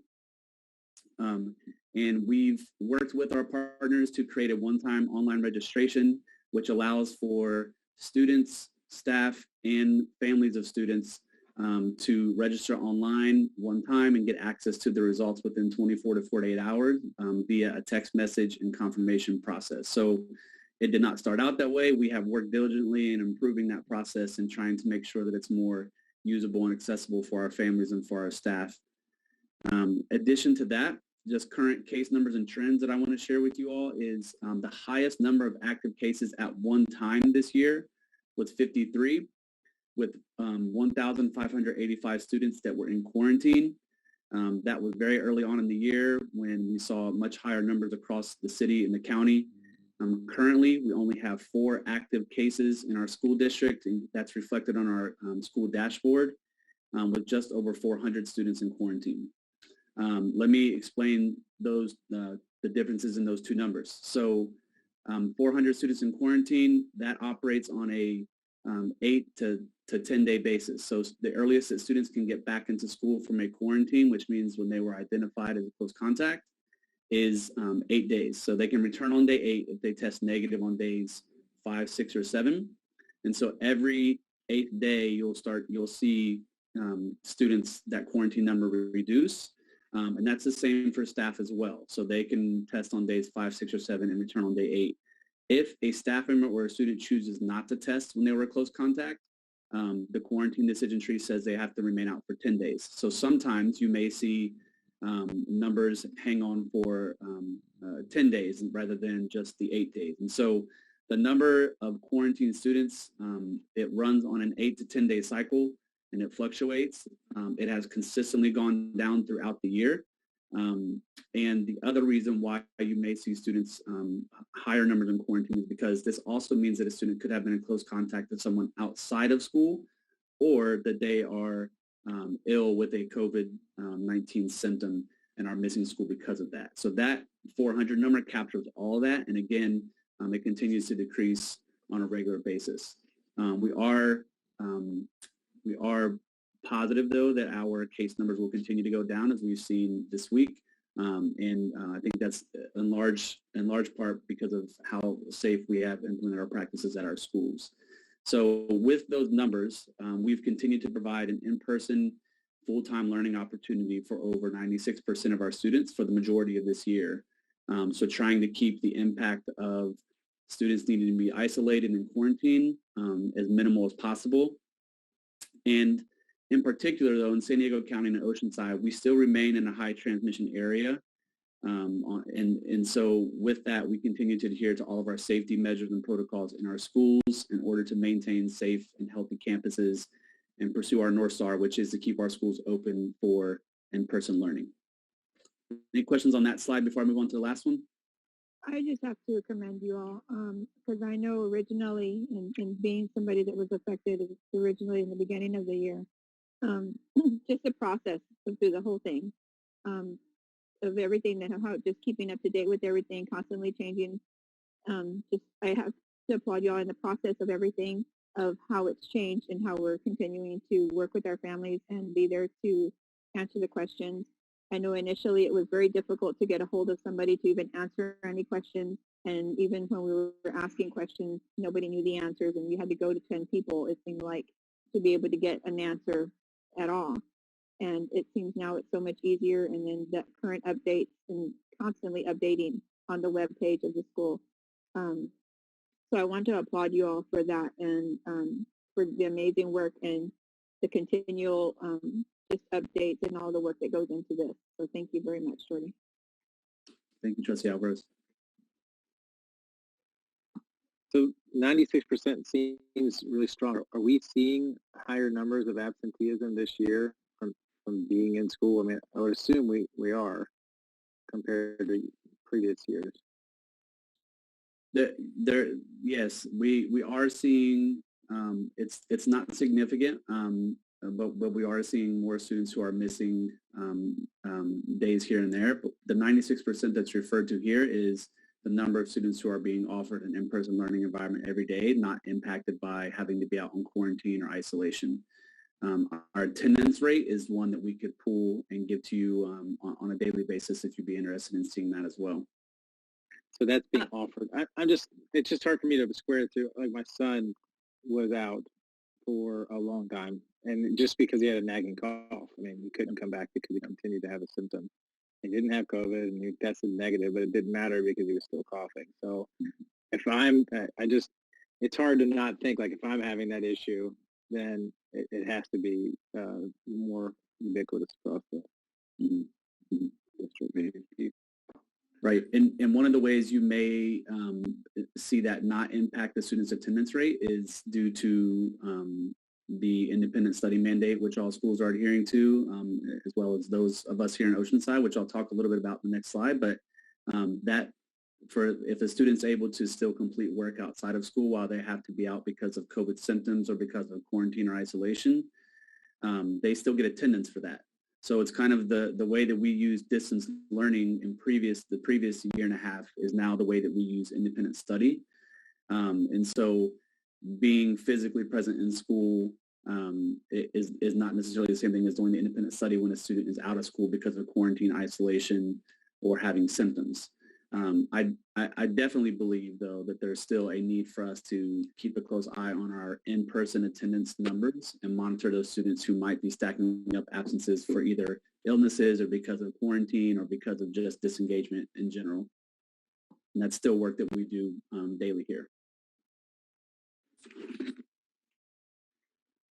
Okay. I would love to see a robust report on that sometime. Okay. Thank you. Any other questions before we go to the last slide? Or next to last slide. Okay. Next slide, please. So just a couple of things to round us out here, starting with the vaccine mandate. You may have heard that Governor Gavin Newsom announced that California will mandate vaccines for all public and private school students ages 12 and older, learning in person.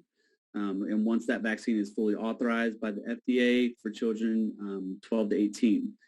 Currently, the vaccine is fully approved for individuals 16 and older, and a number of our students across the district have decided to use that opportunity to be vaccinated.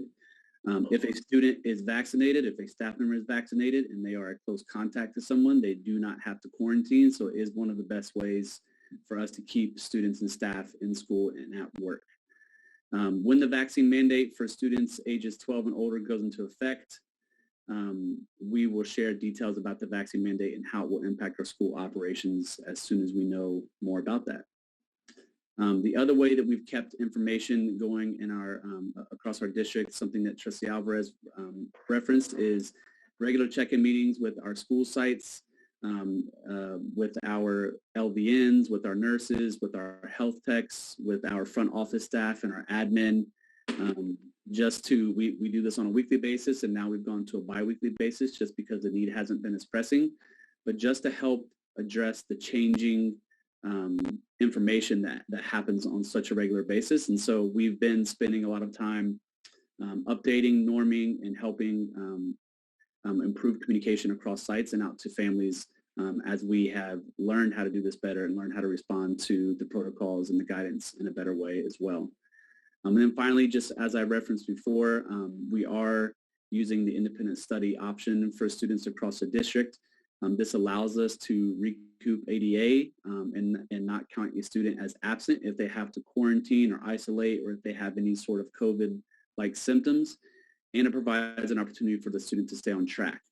Students have this independent study contract available to them and allows them to use tools like Google Classroom, Seesaw, and other learning platforms that we have across the district to stay engaged with their class while they have to be out for any sort of period.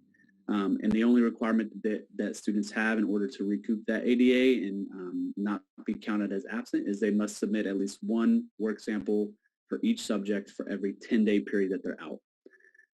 So that's the way that the independent study contract works here in OUSD and across the district.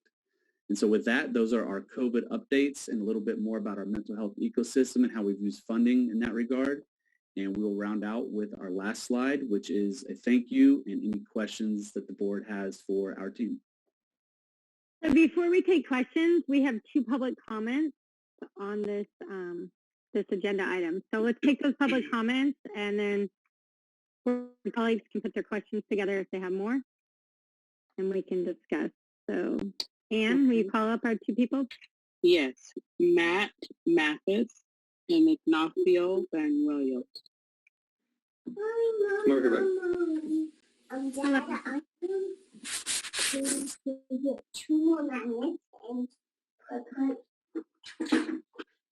So Matt, this is Stacy Begin. I wanted to let you know you have 3 minutes. You'll see a timer on the screen, and you're going to be up first. Are you ready? Yes, I am. Okay, great. Hi, and my son's here too.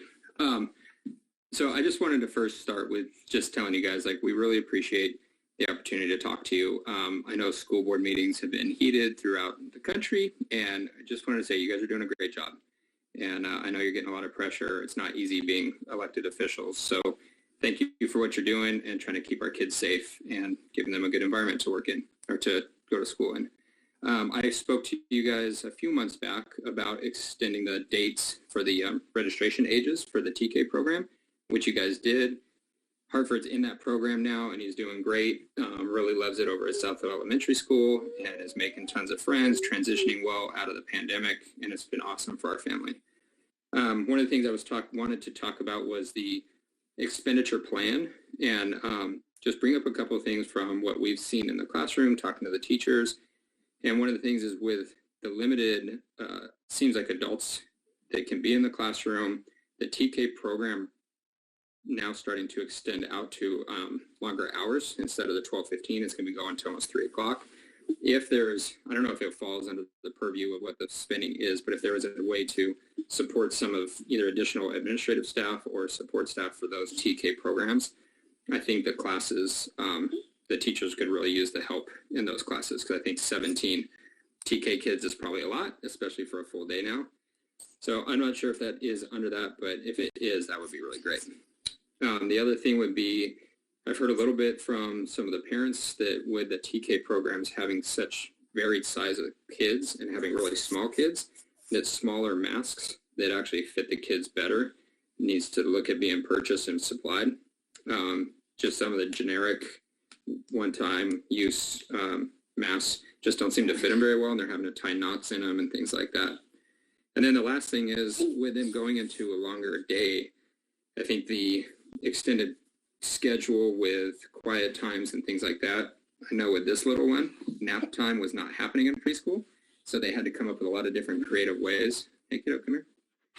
Creative ways of being able to keep the kids entertained. So I don't know if there's a budget for purchasing like magnetiles or trains or Legos or something like that, but just some more materials and curriculum for the kids to be able to use during those times, I think would be awesome. But again, thank you guys for everything. We really appreciate it, and just keep doing a great job. I also do support the solar for the parking structures, by the way. I have solar, and I think it's the way to go, and I'm trying to push it for my fire department to get all of our public buildings to have that as well. Thank you. Goodbye. Bye. Bye. Thanks, Kate. Thanks for sharing. All right, our second public comment. Knoxville, I think you have to accept being a panel member. And turn his speaker on.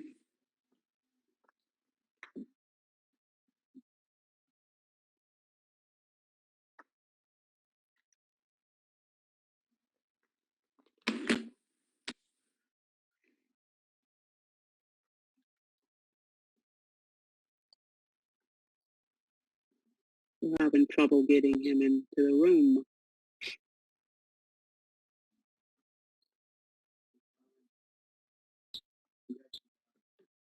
Okay, he's not online anymore. He's gone, so we don't have any more public comments for this one. Okay, thank you, Anne.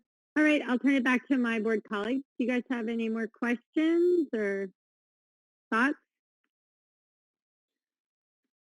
Are we now on the approval of the Esser expenditure plan? Yes, we are. Okay. So I did have some thoughts and questions about this that I'd love to hear my board colleagues weigh in on, because while we've looked at kind of the outer edges of the plan that's before us tonight is a plan to spend the next $28 million in our COVID funds. And so I just wanted to talk about some of the things that I saw in the plan and some things that that I'm concerned about with our current plan that maybe I could hear from you all about what you think. So one thing to keep in mind is that the statement that we're supposed to be using is that LEAs are using the ESSER 3 funds to, at minimum, address the students' academic, social, emotional, and mental health needs, as well as the opportunity gaps that existed before and were exacerbated by the COVID-19 pandemic. So we talked a lot about expenditures that go across the district, like shade structures at every site and some HVAC and roofing and curriculum that's more general. I am worried that we don't have expenditures that seem to be targeted at those specific opportunity gaps. And so that's one big concern that I have with the current plan. We do have some staffing for EL intervention and Fresh Start intervention and lead learners, but it's about $3 million total, and that also includes professional learning days and substitute teachers. So I'm not even sure how much of that money is targeted. So that's one concern that I have with the current plan. And then looking at some of the things that actually was just brought up by Matt, the parent that was in the room, is I've heard from several teachers in the pre-K, TK, kinder area that have been expressing how overwhelmed they are right now with students that are just so unused to being in class, and the numbers of students that are in their classes are overwhelming. So you could like combine those two things, and they're feeling very overwhelmed. I've also heard from SPED teachers who feel like they are struggling to meet their obligations under the special education law because of the high need and the high numbers of students that are now being tested that didn't get tested through the pandemic time. And I've also heard from our crisis teams that they're overwhelmed, that there are, especially now as all the school is ramping up, that they're having to be out at different schools constantly, and they just are struggling to keep up with the demand. So all that being said, the plan currently includes $8.8 million in HVAC and roofing and shade, and then $7.4 million in curriculum purchases, which it says could be math or social studies, but it doesn't say specifically. I would ask that our board either look for an amendment to this plan to put this money into services that can serve the student need, which is extremely high right now. We have a system that is under extreme pressure, and I just don't think the time to be spending this money on shade, HVAC, and roofing is now.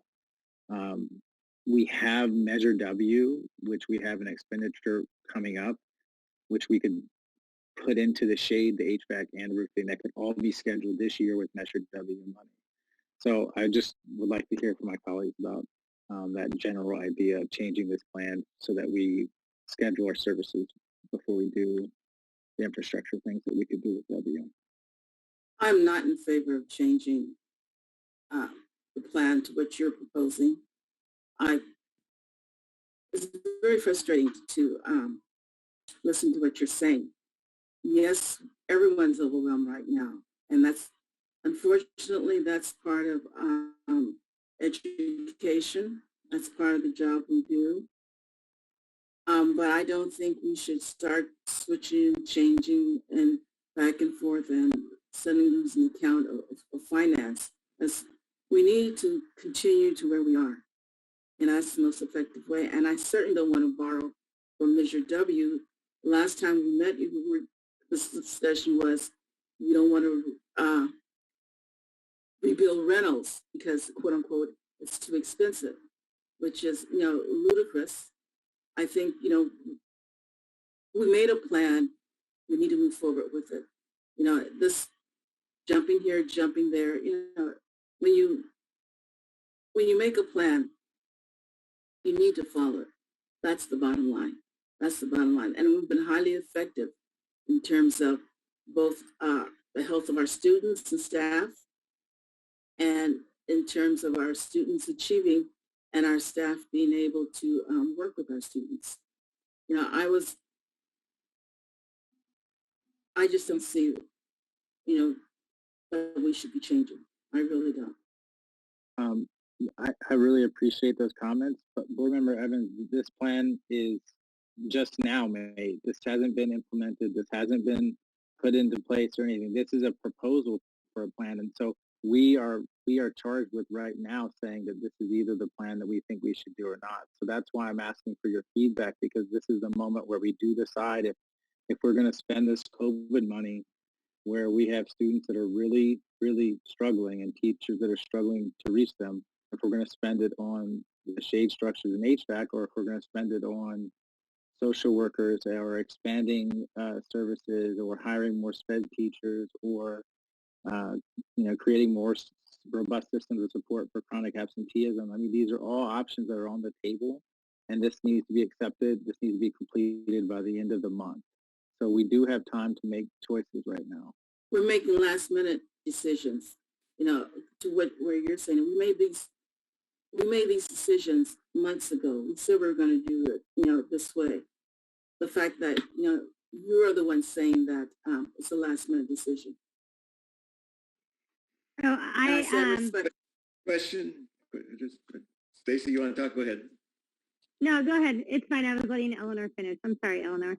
No, I'm finished for right now. Go ahead. Okay.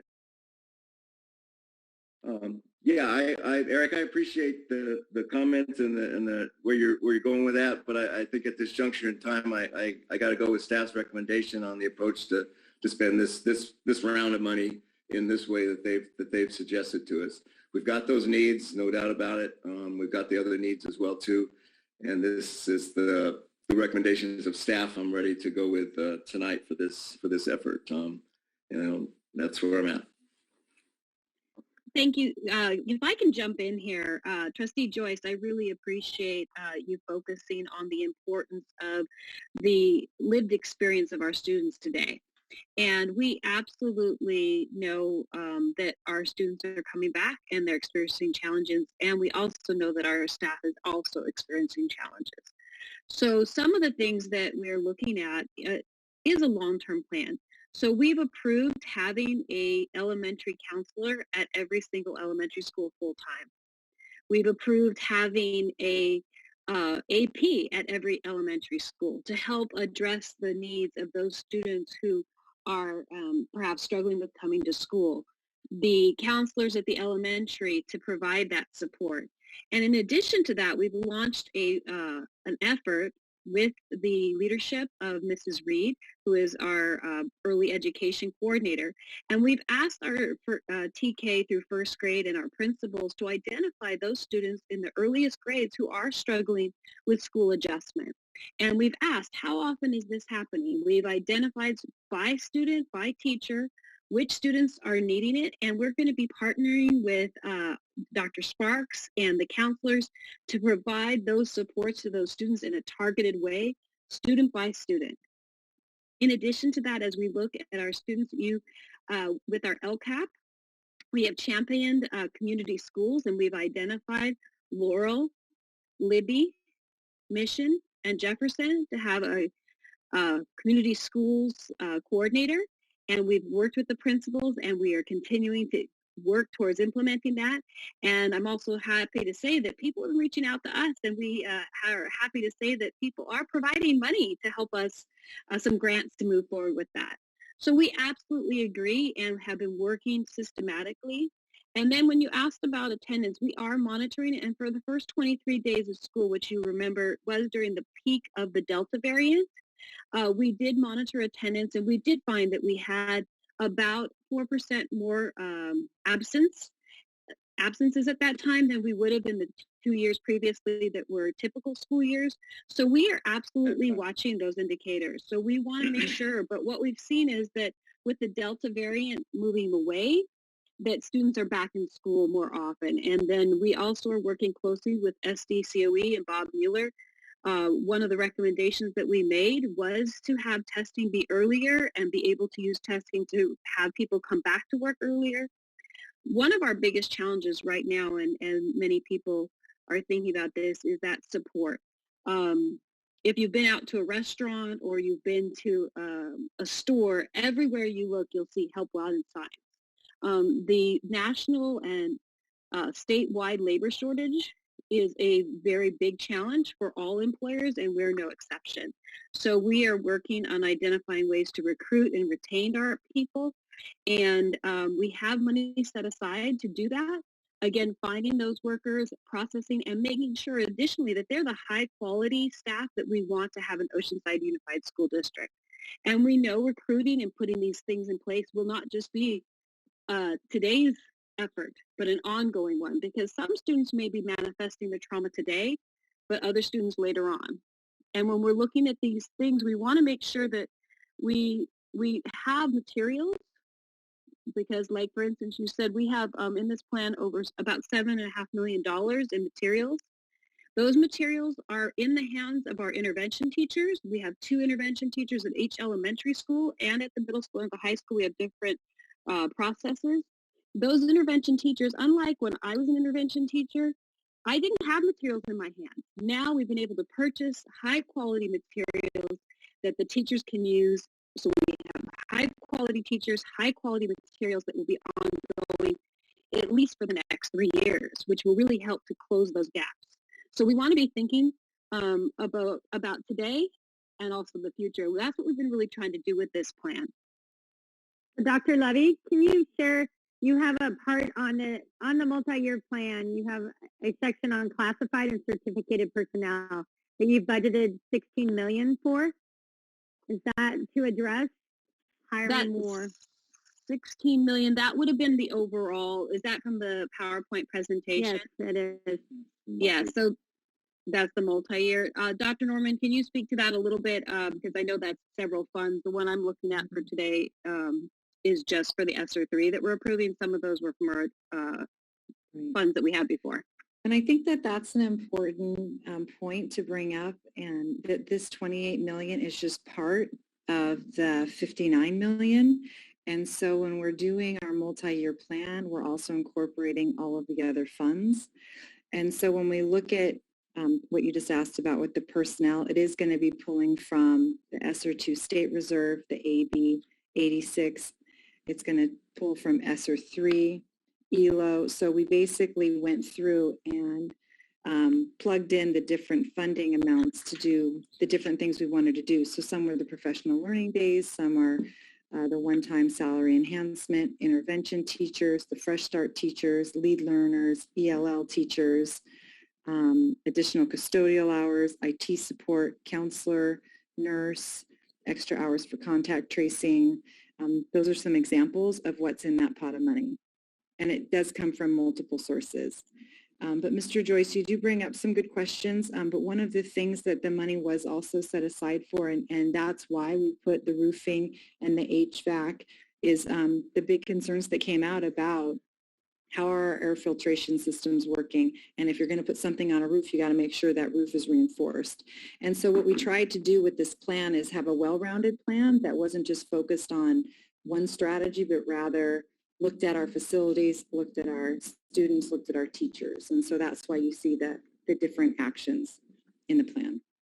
Thank you, Dr. Norman. I'll follow up with that. The very first, in the template that was provided by CDE, the very first item that we need to address, it says a description of how the LEA will use funds to continuously and safely operate schools for in-person learning in a way that reduces or prevents the spread of COVID-19 virus.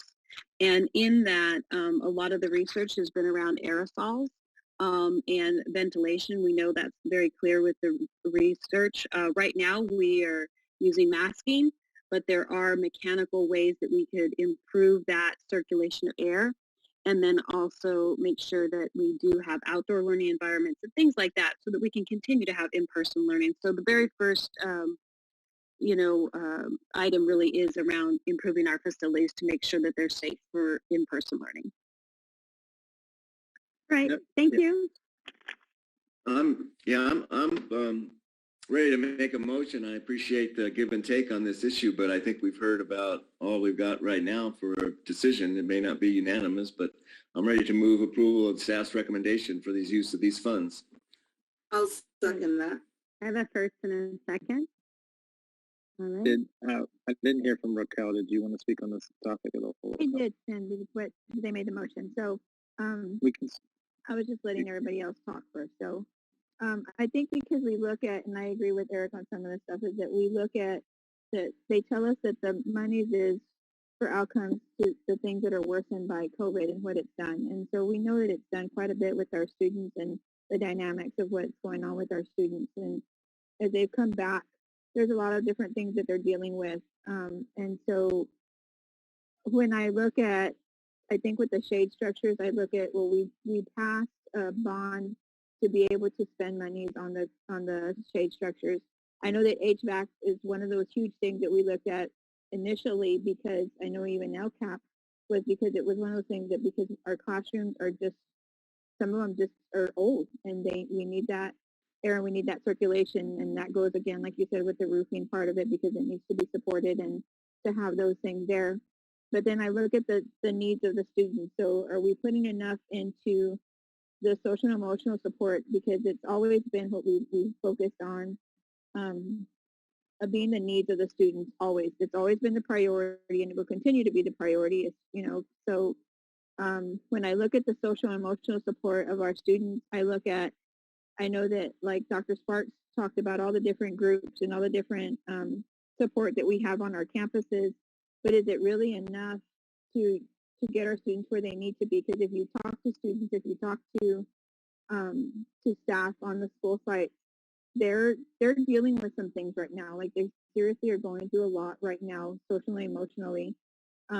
Just even trying to get back into the routine of having homework and having different things going on at home, or just the dynamics of just their lives of not being in the high school ever and now being in there again, you know, for the first time as a 9th and a 10th grader, and not understanding the dynamics of what high school is and the emotions that go through them, you know, because their hormones are what they are because they're teenagers, and the support that needs to go through there. And I know I've talked about this, and I know that, you know, I had even a discussion with Dr. Vitale about it. And, you know, as much as, you know, we go through the needs of our students and we talk about how we need to support them, I feel like there needs to be additional support of monies that go into that part of it. And even if we look at the summer school, so summer school programs were great. Like we did an amazing, you all put together an amazing summer school program and made it happen. But how many more students are going to either need that or didn't know about it and didn't sign up for it because families, you know, it was just one of those times where things were starting to open up and things were different. And it was just such a different dynamic last summer as compared to what maybe this summer will be. So will that program need additional funding? We know how much that costs already. So are we putting enough money into that type of program to be there to support the students that are going to need that support during the summer? Yes. Because school is what it was this past year for them. You know, I know that kids initially, like this first semester, are still trying to figure it all out. They're trying to get into a routine. They're trying to get into their thing and just trying to feel things out. So they're getting there. But emotionally, are we there, or just support-wise, are we going to have everything that we need for these students? And we talk about like curriculum that we have, and we're updating and we're putting all these things in play because our curriculum is so outdated. So are we putting everything the way that we need to support these students? And so that, I think that's my biggest thing, is that are we putting enough money into where it needs to be? Because we can project, and just like we talked about before, we know what things cost now, but 6 months from now it could change differently, and it could be just that much more of a dynamic. But you know, it's just one of those things. But and that's where I'm at with all of this right now. And just I think because I look at and I talk to families and I talk to these kids, and you hear their stories, and you hear the anxieties, and you hear the things they're going through, and you hear even like how amazing summer school was or how horrible summer school was for them, and think, well, how much greater and how much better can we make that summer school program with more time and with just you know, now we did it one time, and how much better can you all make it? Because we're not trying to throw it together, trying to make it happen for our kids, because it was a process that you all had to go through, and it was a learning experience for everybody, for the students, for the families, for the staff. So how much greater can you make it now, knowing all that you know now from the data that you collected from there? So I just look at all that, and then how much more can we give our support to our groups that we have within our, that, you know, we've given them a 3-year contract for some of them and some 2, and how much more support can we give them? Is, you know, do we need to add people to those groups so that they continue to go and knock on doors to make sure that our kids are in school, so they can continue to say, okay, is everything okay? So they can get to the counseling support that they need and have what they need support-wise. So, but they have what they needed to be able to go and do that. So I think that's my biggest thing right now, is just that support of those groups that go out, that are on the ground working with these kids, because they see them, they talk to them, they listen to them, they cry with them, and they're supporting them, and they're listening, and they're there to be what we want them to be, which is the support to be able to get them to succeed, because our goal is to get them to succeed in life and to get through high school. And as crazy as it is through a pandemic, that they already missed a year and a half of school, and then coming back into it, and then if they're out for 10 days or out for 14 days or whatever it is, or just out for one because they just were in contact with somebody but they've got the vaccine, then it's still an emotional thing that they go through, because like, oh, now what am I going to go through? So all those dynamics, you know, it just, even on a kindergartner, are huge, you know. And so I just feel like we need to continue to agency to make sure that we're giving that support for our kids, that social and emotional, and that we're putting enough into that and the focus. And I know that you all are doing that because you're doing an amazing job in doing that. But do we need to put more financially in to make sure that that part is happening? That's just my biggest thing at this point. But Thank you. Thank you, Raquel, for sharing. I'm going to call for the vote. So all in favor are going to say aye. All in approval of the elementary and secondary school emergency relief, Esther 3 expenditure plan, say aye. Aye. Aye. All those not in favor? Yeah, and then per our policy, I am voting against this because I think there is a high need, and when I talk to community members, they have asked for more investments in the social emotional needs of our district right now and academic needs of our district. Thank you, Eric. Raquel, I didn't hear you vote. I'm a no, and for a reason of that, I just think we need to focus more on our summer programs, our social emotional. I think we need to focus on making sure that we're doing enough to fund those programs. Okay, thank you for your rationale. Motion carries 3-2. Moving on to the next item, item 7B, approval of Memorandum of Understanding with High Tech High Graduate School for Education for Oceanside High School's CARPE Access Network.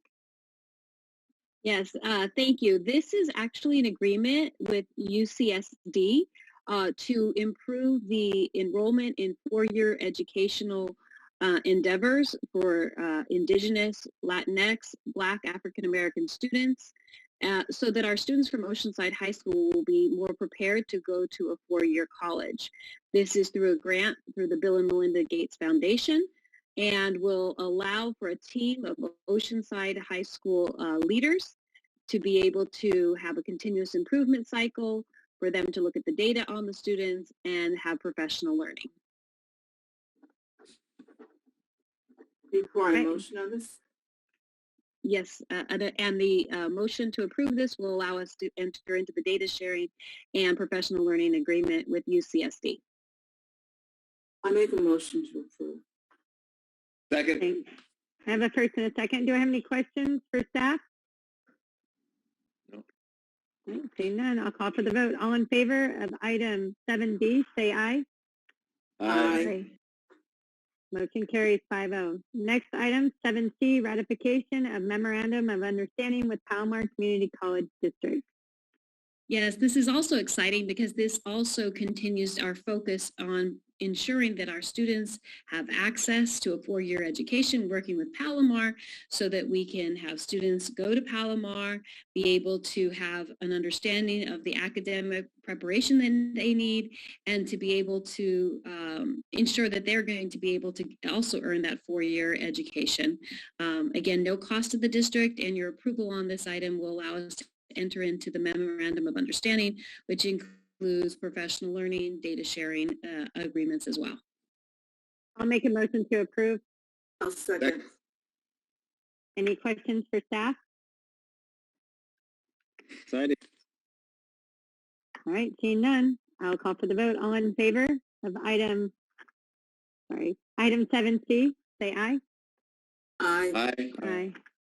Motion carries 5-0. Moving on to item 7D, approval of the 2021-2022 Strengthening Career and Technical Education for the 21st Century Act, Perkins application. Yes, the motion to approve this will allow us to accept the Perkins grant of over $39,000 to support our CTE programs across their district. I'll make a motion to approve this. This is one of my pet projects. Definitely. I'll second. Any questions for staff? Seeing none, I'll call for the vote. All in favor of approving item 7D, say aye. Aye. Motion carries 5-0. Moving on to item 8, business. Item 8A is approval of resolution number 14, intent to sell surplus real property, Garrison. Thank you, Dr. Begin. The board determined after review by the district's Facility Advisory or 711 Committee on May 27, 2020, the Garrison property is no longer needed for classroom buildings or school purposes. Therefore, the district intends to sell the property to an entity after review of several proposals providing the terms that are in the best interest of the district. So this is just a public notice that we have an intent to sell. We don't have a specific person we're selling it to right now.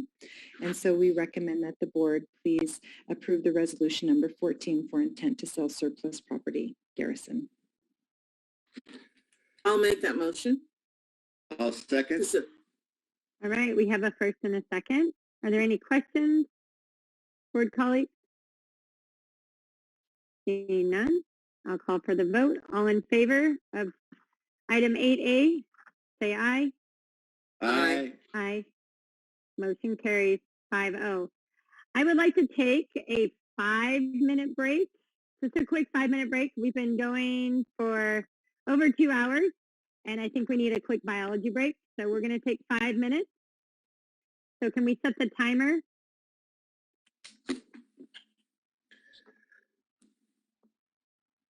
And we'll. All right, welcome back, everyone. Thank you for the quick break. You did a leg stretch there. I'll wait for my board colleagues. Okay, I see everyone.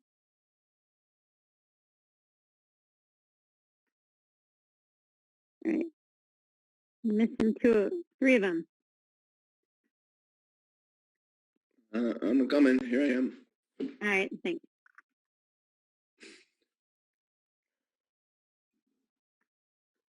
All right, so go ahead and get started. Waiting for Eleanor.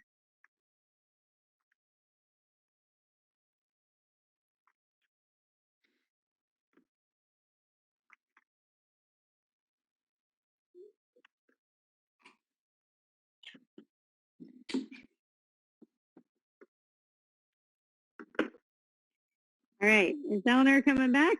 We got her?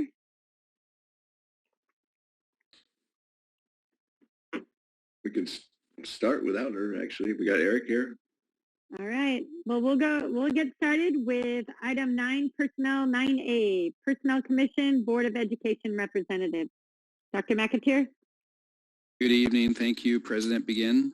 So item 9A, as you guys know, we are a merit system and we have a personnel commission, and that group consists of 3 members, one of which is solely appointed by this board.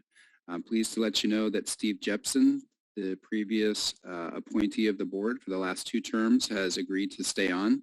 So I'll be bringing this back in a month on November 9th for board consideration. For tonight, this is just an informational item. Thank you. And I believe we have one public comment on this item. Yes, Hannah Valentin.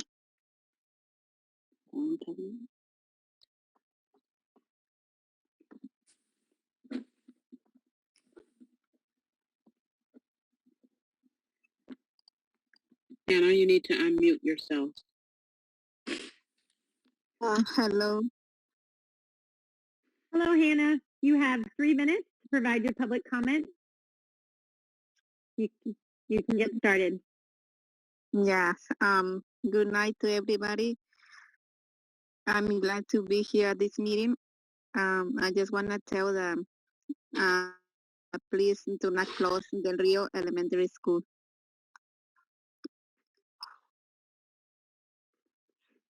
I have chose. I think are you talking about school closure? Because the item that we're discussing right now is personnel commission. Yeah. So that item would be at the end of the meeting, and that would be public comment on non-agenda items. So. All right. 11A. 11A. Okay. So please come back for that because we want to hear that. But we're only taking items currently on the agenda. So I'm going to ask that question when people come in, starting now. All right. That item does not need a vote. Are there any questions for Dr. McAteer, board colleagues? Nope. Oh. Okay, moving on to item 9B, approval of new certificated job descriptions. All right, thank you. For this item over at Surfside School, we have the Independent Study Program, and there are two positions that help serve that student population. Those two positions, we created new job descriptions in collaboration with ODA. And so for board consideration, we'd like to approve the creation of the job descriptions for the supervising teacher and high school counselor coordinator. I'll make a motion to approve. I'll second. A first and a second. Are there any questions? Good. All right. I'll call for the vote. All in favor of item 9B, say aye. Aye. Aye. Motion carries 5-0. Moving on to item 9C, approval of AB 1200 bargaining disclosures for CSEA Chapter 370, Oceanside Teachers Association and Management. Great, thank you. And as per required by Education Code, we have submitted the AB 1200. These have been submitted to the San Diego County Board of Education for approval and review. It is part of our multi-year projection plan, and it covers the projected costs for salary increases for the bargaining units, CSCA, ODA, and all management. We have 3 public comments on this item. Todd Madison, Brad Tobias, and Katie Taylor. A friendly reminder, you have 3 minutes to speak to this item, and there'll be a timer below. Brad, if you could go first, that would be great.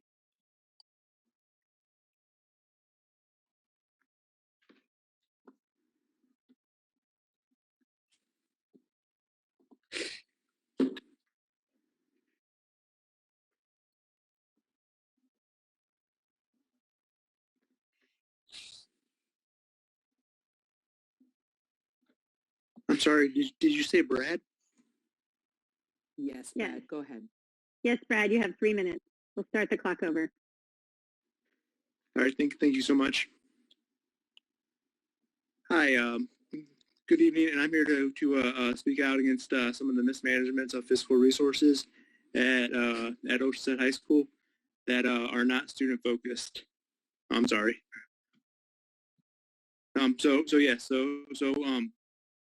In the last board meeting, you had an employee give a presentation saying that there are over the next 3 school years that OUSD would be in debt nearly $30 million.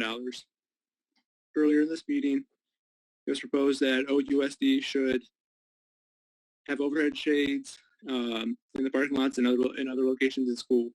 These shades will cost anywhere from $2.5 to $7 million. And this is a task that's not directly student focused. In another previous meeting, it was mentioned spending large sums of money on the new logo. Again, a task that is not student focused.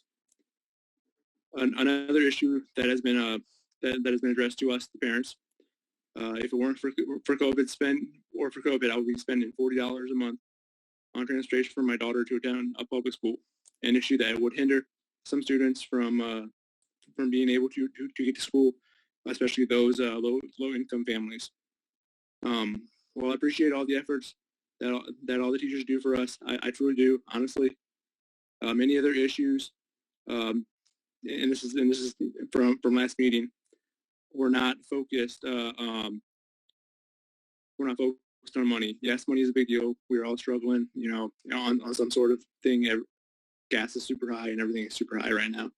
But I think what they could use more of is time with their families, time to relax, and just to have time to themselves.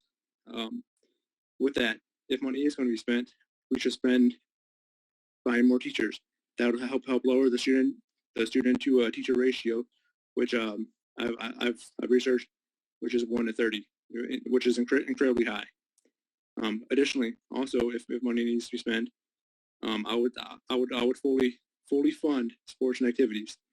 For example, my daughter is at OHS, and she's on the cheerleading team.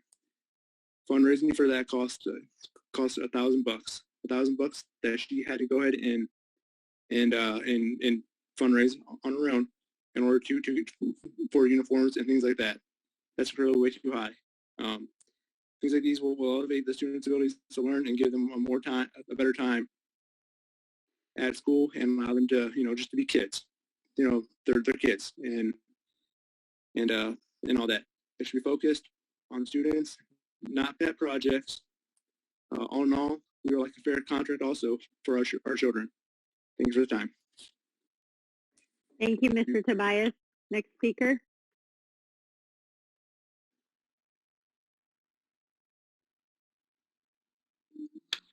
Katie Taylor.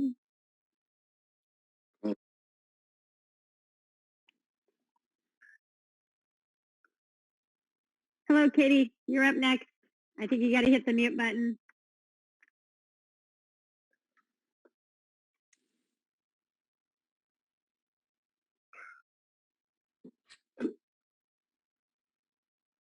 See a microphone? Yeah, hover Green on your microphone. screen. Down below on the left-hand side, you'll see a mute button. Looks like a microphone. Do you click on it?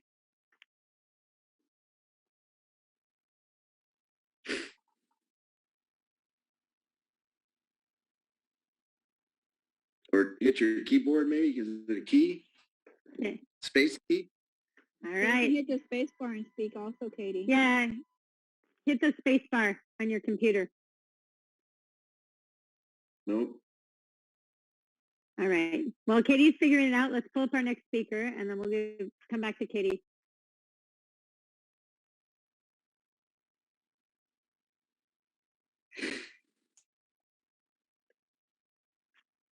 You have an We're, hold on one second.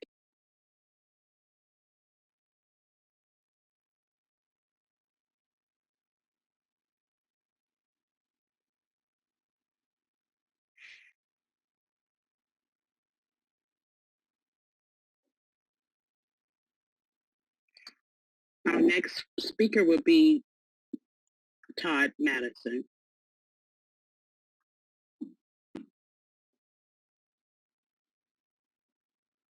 All right, Todd, you've been promoted.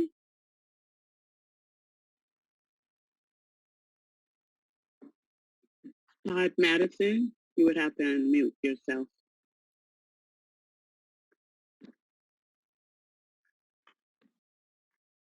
My screen came back up, so if Todd doesn't come up, I can proceed. Okay, great, Katie. Sorry about that. My screen went away. Well, we all have those technical issues. We appreciate your patience. Go ahead, you have 3 minutes. Okay, thank you very much. I would just like to address, tonight the school board is going to be deciding once again to increase the red ink and dangerous debt level of the Oceanside Unified School District by rewarding failure. In what world do we increase the salary and compensation for people who are failing to educate our students?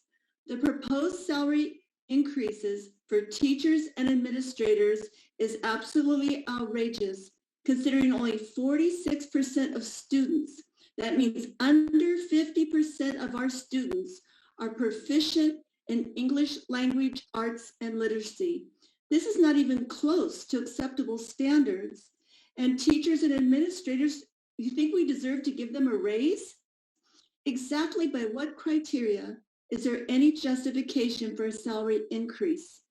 Add to that, teachers are already paid well above the average Oceanside resident salary of $60,397 a year for people who may only receive 2 weeks of vacation and far fewer holidays, while the median teacher salary is $124,688, almost double. An average administrator's salary is $164,598.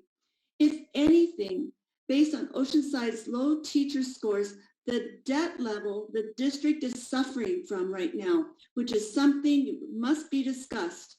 There should be no increases in salaries, period. We must put the kids first and put the money towards the kids and not increasing salaries. I thank you very much. Thank you, Katie.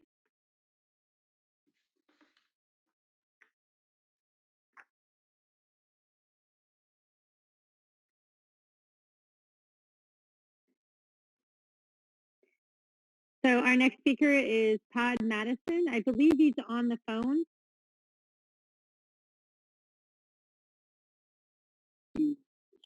Participating via Zoom on the phone.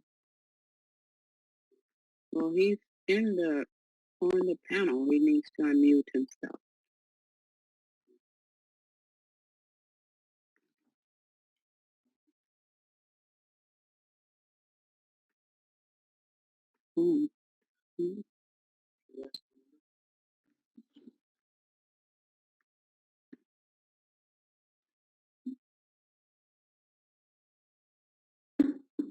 All right.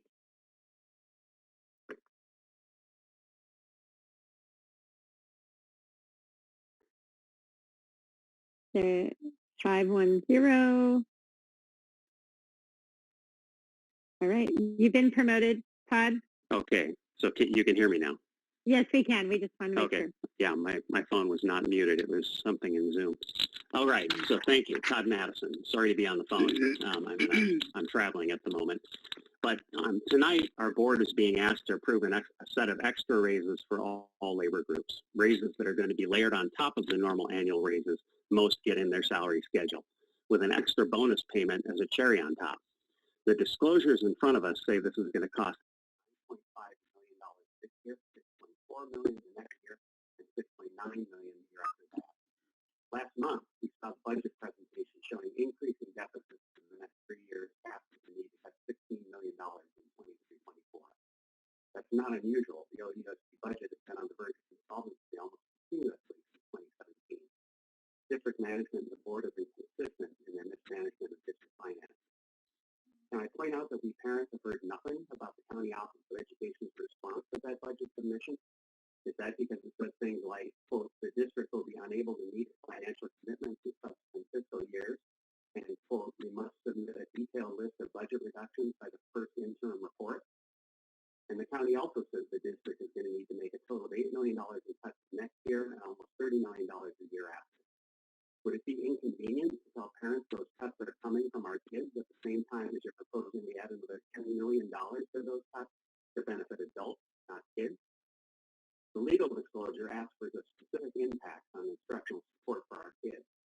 The county has already asked the district to provide a detailed list of budget reductions by the first interim, which is a month or so away, yet none of those cuts are disclosed here. Did whoever is responsible for making that list not tell whoever is responsible for preparing the disclosure? Does Dr. Norton talk to herself? Or are we just conveniently overlooking that so that you can pass an extra raise for everyone without having to tell parents you're going to cut from their kids to pay for that? And why are we not hearing about the COE's response letter? This is on agenda comment, so I have a question. Why is that letter not being disclosed? Perhaps Dr. Vitale could read that letter to us, particularly the part where they undoubtedly comment on the budget solutions that will pay for these raises, so our board can make more informed decisions in the next few votes. Or are we only going to disclose that after the fact? No wonder parents are protesting at board meetings all over. Taking money from our kids to add to one's paycheck is literally taking candy from babies. At the last meeting, we saw a number of teachers speak, led by Tiffany Ortega, OTA president. While demanding fair pay, why did Ms. Ortega not tell us her total compensation last year was $194,313? We parents agree with the teachers on one thing. It's certainly time for a fair contract for our kids, not for adults. Let's see our board stand up for kids once. We need a fair contract. Thank you. All right, that concludes our speakers on this item. A call for a motion. I'll make a motion to approve. Do I have a second? I'll second. I have a first and a second. Any questions? This is an approval of the disclosures? Yes. Yes. Yes, it is. Okay. All right, I'll call for the vote. All in favor of approving item 9C, say aye. Aye. Aye. Motion carries 5-0. Moving on to item 9D, approval of negotiated agreement between the Oceanside Unified School District and the California School Employees Association, Chapter 370. The district was able to complete successful negotiations with our bargaining group with Chapter 370, our CSCA employees, and what is recommended for the board is to approve the collective bargaining agreement, which includes both salary increase as well as contract language, and this has been ratified by their organization. I'll make a motion to approve. Do we have any speakers? Do we have speakers? Oh, yeah, Yes, we have we do. speakers. We do have speakers. We have speakers on all these items on section 9 tonight. Yes, we do. So item D, we have 2 speakers. Yes, we do. Todd Motions are on Madison the floor, right? and Graham Frazier. All right. Am I on? Yes. Yes, Todd. There you Okay. go. Thank you. Thank you. So here we have the agreement with the support staff, CSEA members. I certainly can't say enough good things about the support staff at OUSD. These are the people who make things work in our district. It's certainly possible they're justified in asking for an extra raise for themselves, again, above and beyond their normal scheduled increases. But we don't know that because our district refuses to do any form of due diligence to show that. Having managed HR in private industry, I can give you a tip. When you're running a deficit and giving people extra raises requires you to take candy from babies to fund them, maybe it's a good idea to actually do your job and determine if you actually have a problem that requires that to solve. I've stood here repeatedly and pointed out how the district mismanages that process. No one collects data on turnover percentages compared to normal in the area. No one does exit interviews to find out if employees are leaving for more money or other reasons, and no one does any kind of salary survey to see what similar jobs pay in the area. No, we just take money from our kids, give it to adults with no backup or justification, because that's the easy thing to do. Yes, taking the lollipop away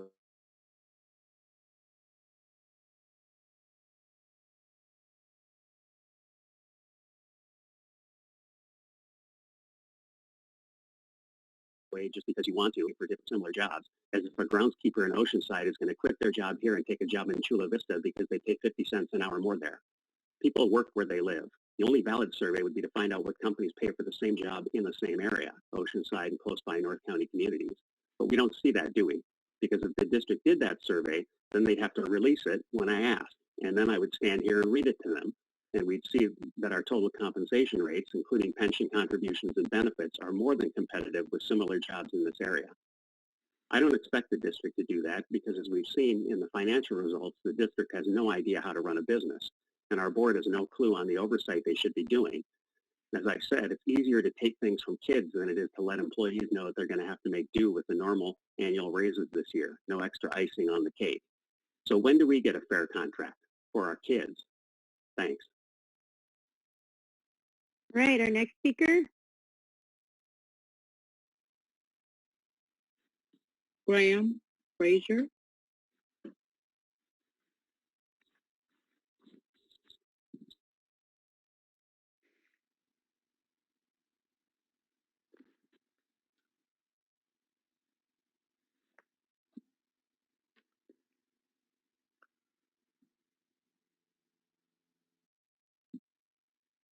Hello.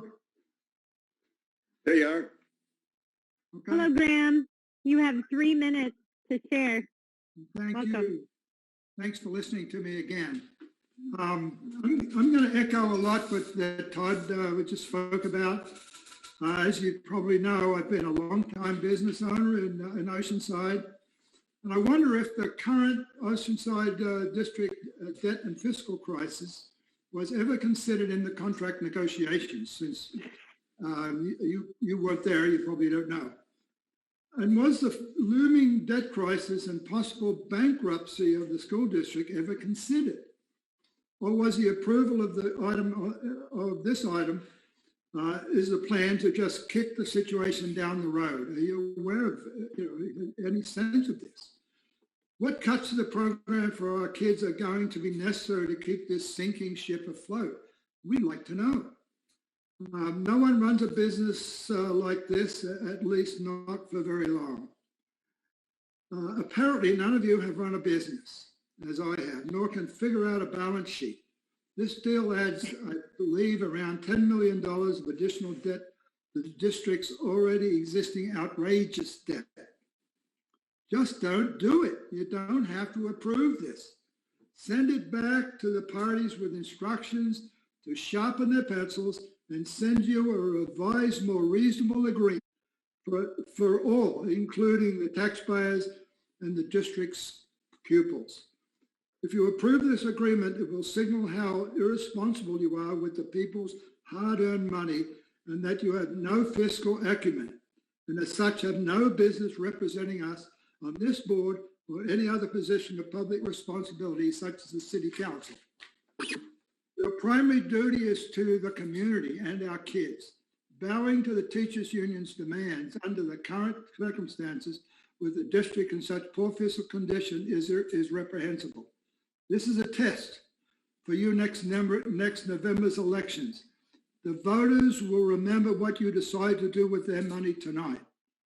I will make sure they do. Thank you. All right.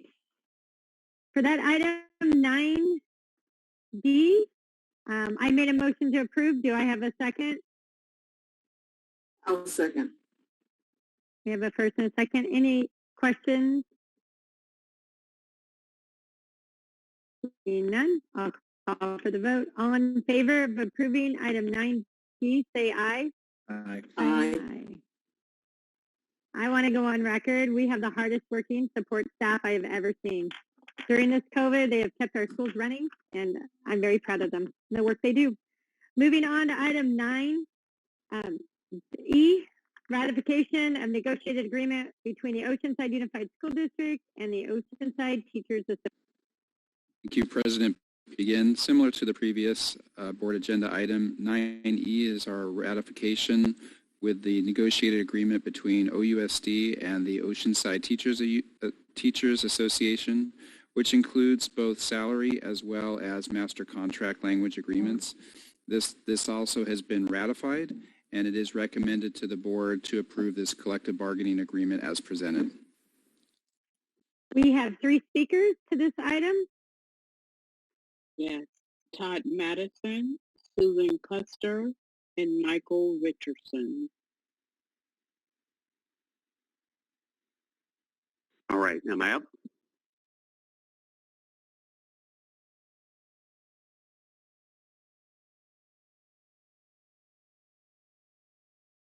Yeah. Here's my point. We have a very hardworking staff, support staff, and teachers. I love our teachers. We've known many of them personally. I've been to parties at their houses. I've stood next to them at swim meets. I've chaperoned field trips. I've sat on councils and committees with them. Truly great humans. And those great humans are pretty well paid, and I'm fine with that. In 2020, the median total compensation of an Oceanside teacher was $124,688, and I'm glad they're very well paid. But do they really need an extra raise and bonus on top of their normal annual increase when it means cutting from our kids? Wouldn't it be better to put the money into smaller class sizes, better support for kids that need help, programs for gifted kids, money for classroom supplies, or even higher pay for starting teachers? Why don't we hear the union advocate for spending our money on that instead of on themselves? Is it really not all about the kids? We saw a parade of teachers at the September meeting talking about the challenges they're having making ends meet. As I noted earlier, we saw Tiffany Ortega tell us all they were asking for is a fair wage. Ms. Ortega made $194,313 last year. That seems pretty fair to me.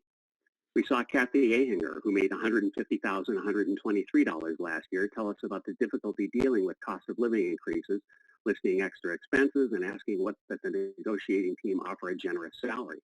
No indication was given on whether $150,000 a year was considered generous or not. We saw Paula Orbaugh, who made $142,698 last year, quote a famous movie line, "Show me the money." Perhaps you might want to take a look at her check stub. We saw Jennifer Skellett, who made $152,969 in total compensation, tell us she felt smaller class sizes and additional support teachers were needed. I totally agree with her, and I wonder why we did not hear her then volunteer to make do with the regular annual increase and forego the extra raise and bonus so that doing that would be possible. These are not bad people in any way. I know several. They're very good people and great teachers. They're human, though, and humans always want more. That's why we have management and boards. We heard about the fair contract. Maybe at this point we can understand that our teachers are paid fairly already. If I ask any individual teacher if giving you a raise means cutting from our kids, I bet the answer would be, well, maybe I can make do this year with my normal raise. Teachers are good people who want the best for our kids. Their union, I'm not so sure that's their focus. Let's see our board make a stand for our kids for a change. Let's see our board send a signal that kids are the first priority of our district, not the last. And yes, we do want a fair contract. We want a fair contract for our kids. Thank you. All right, next speaker. Susan.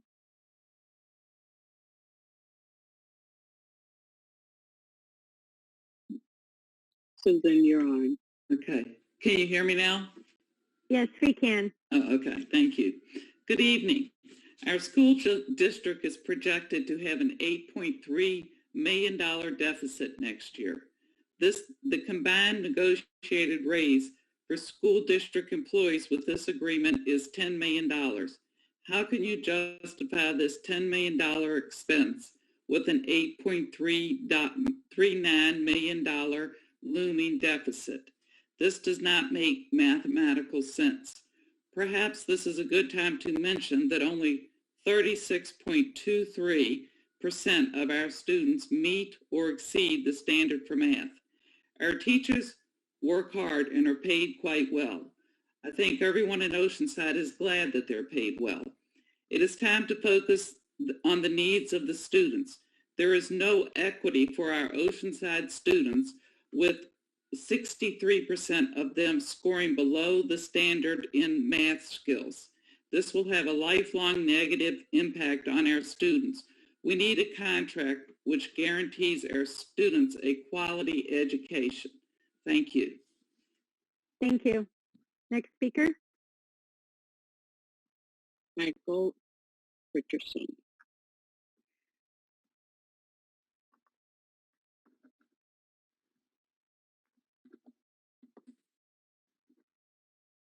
Hi, Michael, you're up. Okay, can you hear me?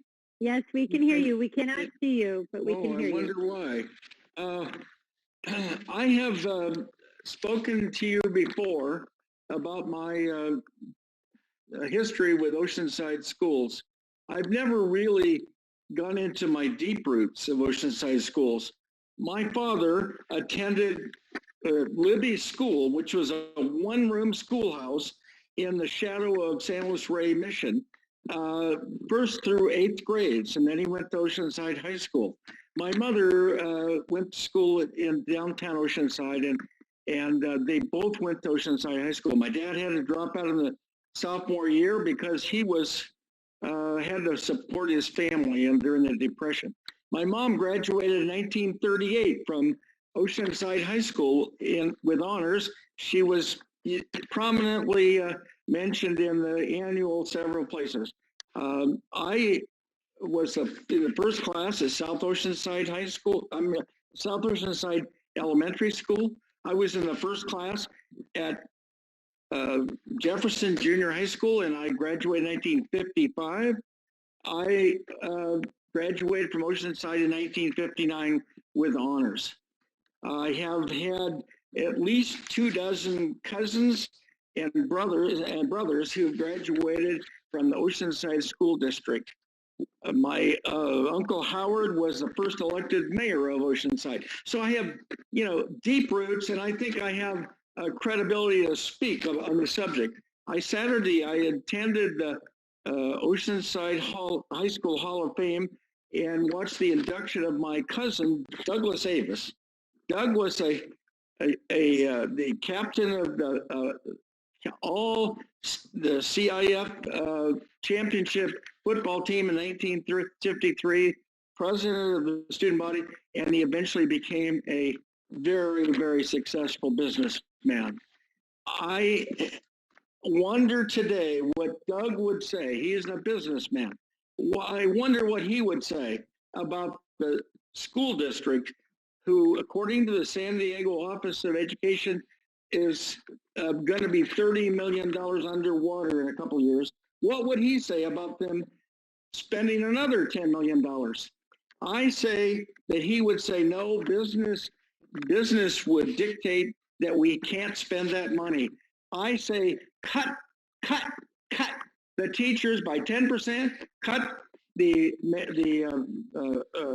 administrators by 20% and cut the superintendent by 30%. We need to be businesslike and follow a prudent business-like policy. Thank you.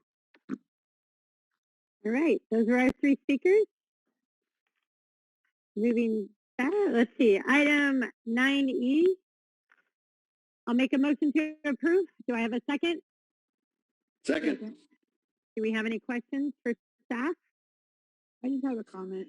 I just want to thank again all our staff and our teachers, because during COVID, when we were going in and out and trying to figure everything, they did an amazing job and just trying to figure everything out and trying to be there for their students and supporting them and trying to get work to them. And it'd been just a difficult time and just trying to be there and listen to all the needs of the families, not just the student, but the families themselves. So I want to just thank them for all that work and the support for our families. I agree. All right, Well I'll call said. for the vote. All in favor of supporting item 9E, say aye. Aye. Aye. Motion carries 5-0. Moving on to item 9F, approval of salary schedule increase for confidential employees, certificated and classified leadership employees, associate superintendents, and superintendents. Great, thank you. For this item, those groups that you just mentioned are not represented by bargaining units. However, EDCO does allow the board to provide salary increases through board action. This item mirrors the previous two for salary increases for the groups just mentioned. Thank you. We have one public speaker. Yes, Todd Madison. All right, thank you. Me again. So here we get to the part of our agenda that is out and out improper and verging on unethical. As an executive managing a division of a billion-dollar national retailer, I've managed managers before. Those managers were responsible for negotiating salary increases with their employees. If I had discovered one of my managers had worked out some kind of a deal where the bigger raise he gave his employees, the bigger raise he would get himself, I would have fired him on the spot. The very idea that the people doing the negotiating are going to personally benefit if they choose to give out higher raises during that negotiation is obviously wrong, completely wrong, totally wrong. Every single person listening to this right now understands that. Or I should say, every person that doesn't work in education and benefit from themselves. I can just imagine the thought process. Let's see now. If I give out a slightly bigger raise, I can finally afford those Padres season tickets I've always wanted. That makes no sense at all. We know that the median total compensation of our administrative employees in 2020 is $164,598. Employees at that level in private industry are considered big boys and negotiate their own salaries, not in education, of course. And in private industry, anyone at that level would have a significant portion of their pay dependent on actually performing, 10, 20, or sometimes even 30%. In my career, I was in charge of designing those compensation programs. I know how they work. Prior to hiring Dr. Vitale, I proposed to the board a compensation program tied to the California School Dashboard measures.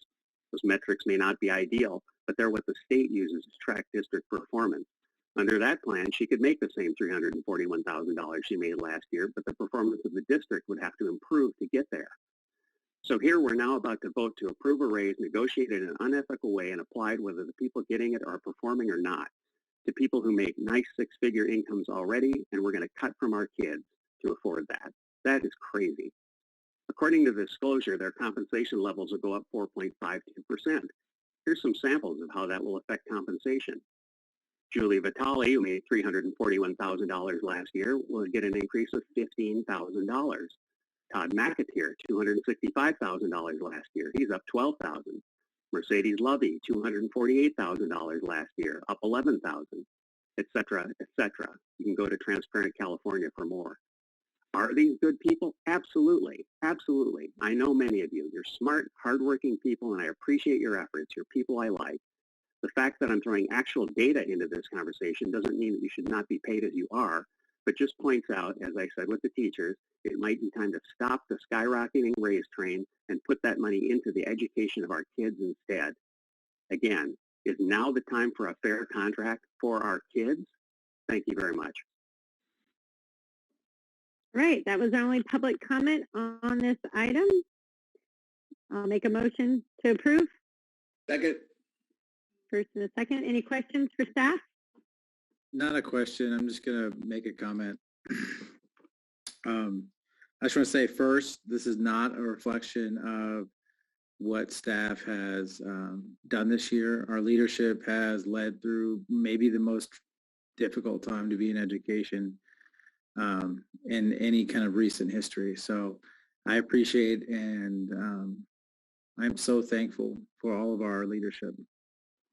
But in a crisis, it is the leadership that, for me, takes the lead on this kind of thing, and our budget is still in crisis. And last time we came to this situation, I said that I wouldn't support an increase on admin salaries unless our budget was in order. And while I know there's a lot of fluctuation in the budget, unless we can get that fluctuation into our budget somehow more accurately, then I can't support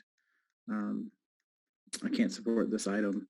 So that's why I'll be voting no tonight. All right. I'll make a motion to approve. Sorry, I was going to say something real quick. Oh, go ahead. Initially, I struggled with this a lot. And even when we had, we had talks about all this stuff and where we were at, I kept saying that I wouldn't support this in any way and that there was just no way that I could see going through with just doing the same across the line. And, and I look at and I hear from families and I hear from the community of just different things and different comments that happened during the, COVID and during different times of the years of what's going on and stuff. But I did struggle initially, just like Eric, and it was I had to go back today and just have some serious conversations about stuff and look at where we were at, what had to happen, and it's still even right now I'm still wavering, like where to go, how to do it and stuff, because I hear things even tonight, we hear different things and different conversations and we hear but then I have to go back to, I have to see the work that was done when others wouldn't do it. And our administrators stepped up to the plate when others wouldn't. And as difficult as that was, even during a time when nobody else wanted to, because it was a hard time, they did. And so I appreciate that. But even though, with our staff, our staff had to step in when our administrators didn't. And I apologize for that to our staff because they had to suffer through that. And if there was that, and if there is still that, then, please let it be known and let's work through it so that we can fix whatever. But this is a district that we're trying to communicate with each other. We're trying to work through things and we're trying to fix things and trying to get it to where we all want it to be, which is an amazing school district that we know that it is, because there is amazing staff that works here. And, I had to say that in the sense of that I didn't know where I was going to go and where I was going to, and how I was going to vote tonight.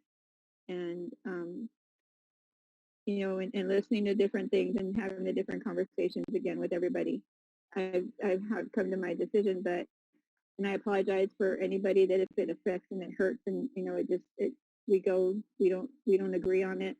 I apologize now. And even for the staff that, if you're hurt by something that I said or how I affected or what I've said tonight, you don't agree with, I apologize now. But I speak not only for myself, but for the community and for our students too, and how they react to the things that are going on in their schools. So, so I just want to say again, just thank you to everybody that through this time and through this COVID time that we've just pushed through all together and we've all come together. And so I just want to thank everybody at this point. So. Yeah, and then you know what, you guys, it's been all hands on deck. It hasn't just been our support staff or our teachers. Our site administrators have been doing triple time, covering when we can't find employees. I mean, you guys, it's anyways. I don't agree. So we have a first. I made a first. Mike made a second. I'm going to call for the vote. All in favor of supporting item 9D. Oh wait, no, we're not even on that one. 9F. Say aye. Aye. Aye. All those not in favor? Maybe because of, again, it's not a reflection of the work that they've done, which has been tremendous. So is that a no? I didn't hear that. Right. Okay. What was the vote? Total? What was the vote, Stacy? 4-1. Motion carries 4-1. 4-1. Okay. Thank you. No problem. So moving on to our next item. I'm sorry, I'm running out of nines here. 9G, approval of new salary schedules for supervising teacher and high school counselor coordinator. We're almost to the end, I promise. So 9G is related to the previously approved item 9B, and that was the creation of the job descriptions for the supervising teacher and the high school counselor coordinator. These are the corresponding salary schedules that will go with those new positions that will be posted. Thanks for the explanation. I'll make a motion to approve. Second. We have a first and a second. I'll call for a vote. All in favor of approving 9G, say aye. Aye. Aye. Motion carries 5-0. Moving on to the last item in this area, 9H. We do have 2 public comments on this item. This is the approval of the certificated and classified salary schedules with negotiated increases. That's right. So these capture the approved salary increases for the classified, certificated, preschool teacher, child care center, JROTC instructor, speech and language pathologist, psychologist, high school counselors, middle school counselors, and elementary school counselors. It's important that these are board approved and posted. It's a requirement of our retirement systems, CalSTRS and CalPERS, that this be board approved and posted on our website. Thanks for the explanation. We have 2 public comments on this item. Yes, Todd Madison and Patty Kay. All right. Thank you. Thank you, Ann. So it's hard to say much about the schedules, but I thought I'd take a look at the certificated schedule and make some observations. First, we have to note that the certificated schedule from year 1 to year 22 has an overall compound annual growth rate of 3.63%. According to the Bureau of Labor Statistics, inflation over the last 22 years has been 2.27%. The annual raises built into the salary schedule are about 60% higher than inflation. We often hear from the union that our teachers haven't gotten a raise in X many years. That is an out-and-out lie. The step-in column provides raises almost every year. No one knows the schedule better than OTA. They designed it. Saying no one has gotten a raise because the contract itself has not gotten an increase is a lie. We heard last month about the ravages of inflation. Certainly inflation in the last year has been higher than usual, 5.25%. But picking that period and ignoring the entire rest of the 22 years of the schedule is pretty clearly cherry-picking data. Next, we'll note a huge bump in the final step. After 21 steps averaging 3.5%, all of a sudden we see an increase of over 6% in most columns. So why is this? Well, we know why, because it sets up higher pension payouts. It has nothing to do with retaining senior staff. Those teachers would not leave if they got only 3.5%. It's just a gift to increase future pensions. We often hear about difficulty recruiting new teachers. What if we use the extra money in that last bump to increase starting teacher pay instead? A rough calculation based on CDE numbers show we could raise starting pay somewhere between $5,000 and $10,000 a year for starting teachers. You can tell someone's financial priorities not by what they save, but by how they spend their money. If we look at the schedule, we see the union's priorities. It's not hiring new teachers. It's giving retired teachers the highest possible pension payouts. Now, can someone please explain to me how that benefits the education of our kids? For some reason, I'm missing it. This is my last comment for the night. I need to close with this. The point I've been making tonight and for the last decade is simple. Why don't we try running this district as if it's important to stay in the black? Why don't we run this district as if our first priority is what parents want for their kids, not what district employees want for themselves? We hear over and over again how everyone here is only in it for the kids, but then we clearly see from budget that what's in it for me is by far the highest priority. That's why we're going to see overwhelming support for our school choice initiative, which will be out gathering signatures in the next few weeks. People who feel the same should join us at californiaschoolchoice.org.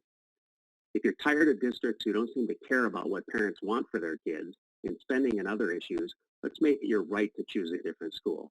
Let's make it your right to walk out and take your money with you. californiaschoolchoice.org. Let's help fix this problem for good.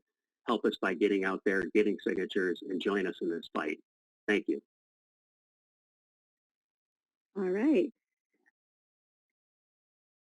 Item 9H, I'll entertain a motion to approve.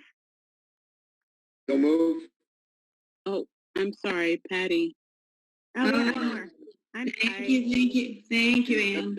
Patty, go ahead. Yeah, excuse me. Okay, I wasn't planning on this, but I am a bit aghast at the fact there was minimal discussion and basically rubber stamping of the school raises, and shocked at the salaries. So those of you that are anticipating future runs, either board or city council, Eric, Stacy, Mike, anyone else, your voting record will be made known, okay? Now, all of us tonight, pardon me? All of us tonight would like a fair contract also for our kids. I suggest you make a contract with them tonight, board, to raise the academic standards, the academic scores. On what merit does a school board agree to a 3.75 raise plus benefits when only less than 26% of their students meet or exceed the standard for science? This was per the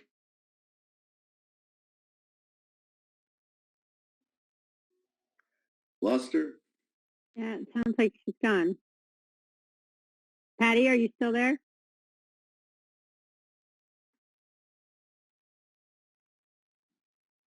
Goes to the 4%.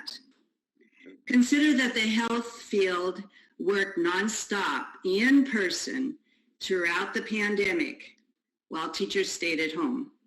Consider that health workers work 12 months a year, teachers work 9 to 10 months. Consider that health care often works 12-hour shifts. They work nights, weekends, and holidays. Teachers, however, work 8-hour day shifts Monday through Friday with holidays off. I'm wondering what makes the education field demand more compensation constantly than the medical field. Both professions have unions. Both professions are necessary. Could it possibly be that funds for public education are thought to be unlimited as they are a public entity, while employers like Kaiser are private and therefore must be solvent? School board, you must reevaluate your agreement.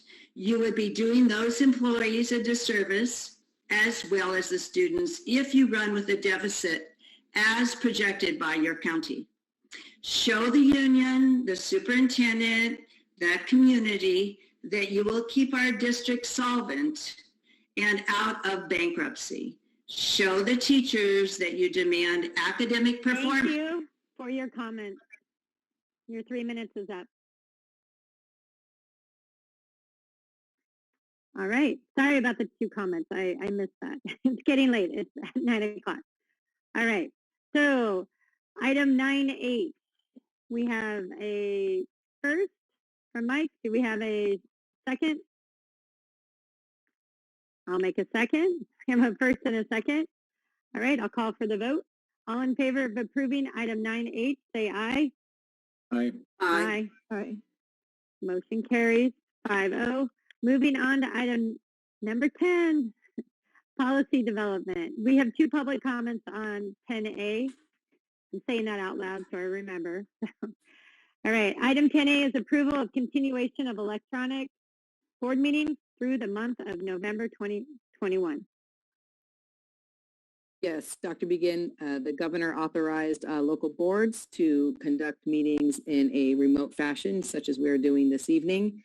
And the board needs to make a decision tonight if they want to continue their meetings for the next 30 days in a remote fashion. So you have the opportunity now to make a motion in either direction and discuss and vote on the item. Okay, we have 2 public comments, Eleanor. Can we? Yeah. You want to hear them first? Susan Custer and Patty K. Susan, you are. Hi, okay, I'm ready. I would just like to comment that I have a graph here, which I will show you, and hopefully you can see, that the COVID numbers are way down. The new, for the last 2 days at least, which is all that I could find, the new numbers in San Diego County for both cases and death have been 0. Not a single COVID new case. So I'm wondering what the justification would be for this board to continue meeting in Zoom. Now here's the graph. You can see right down here, I've tried to highlight the important words, and I don't know if it's shown up so you can read it or not. But the main thing is to say our numbers are just way down. And we would much rather be able to meet in person and discuss these issues in person. So please go back to in-person meetings. There's been no violence in the city of Oceanside that should preclude you from being able to speak to us in person. Thank you. Thank you. And we have one more public comment. Patty?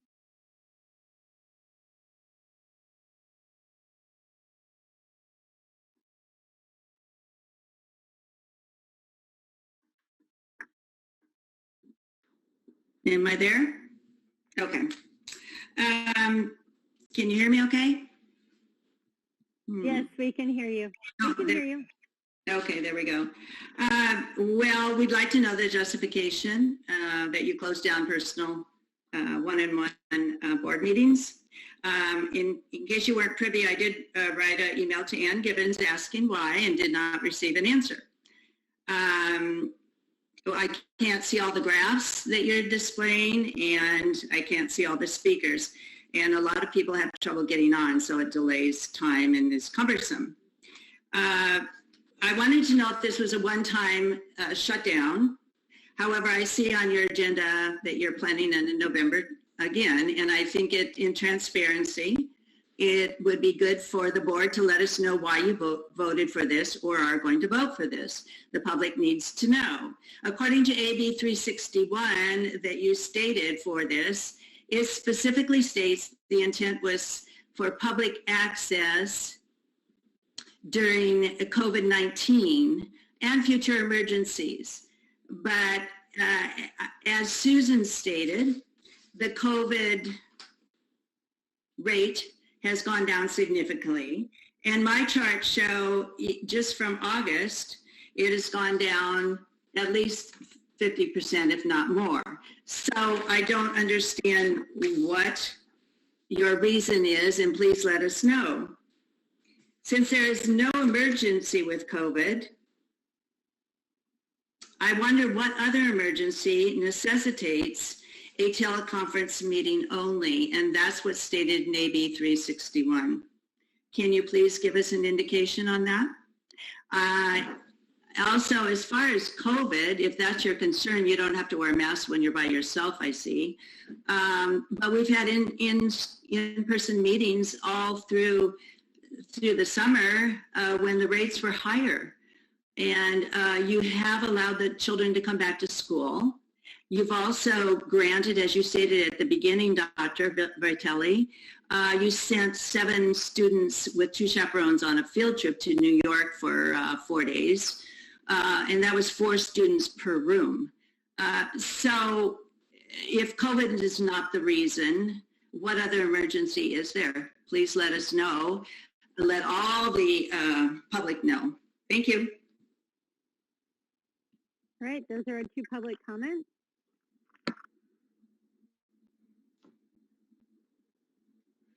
I will make a motion that next month is virtual. I'll second that.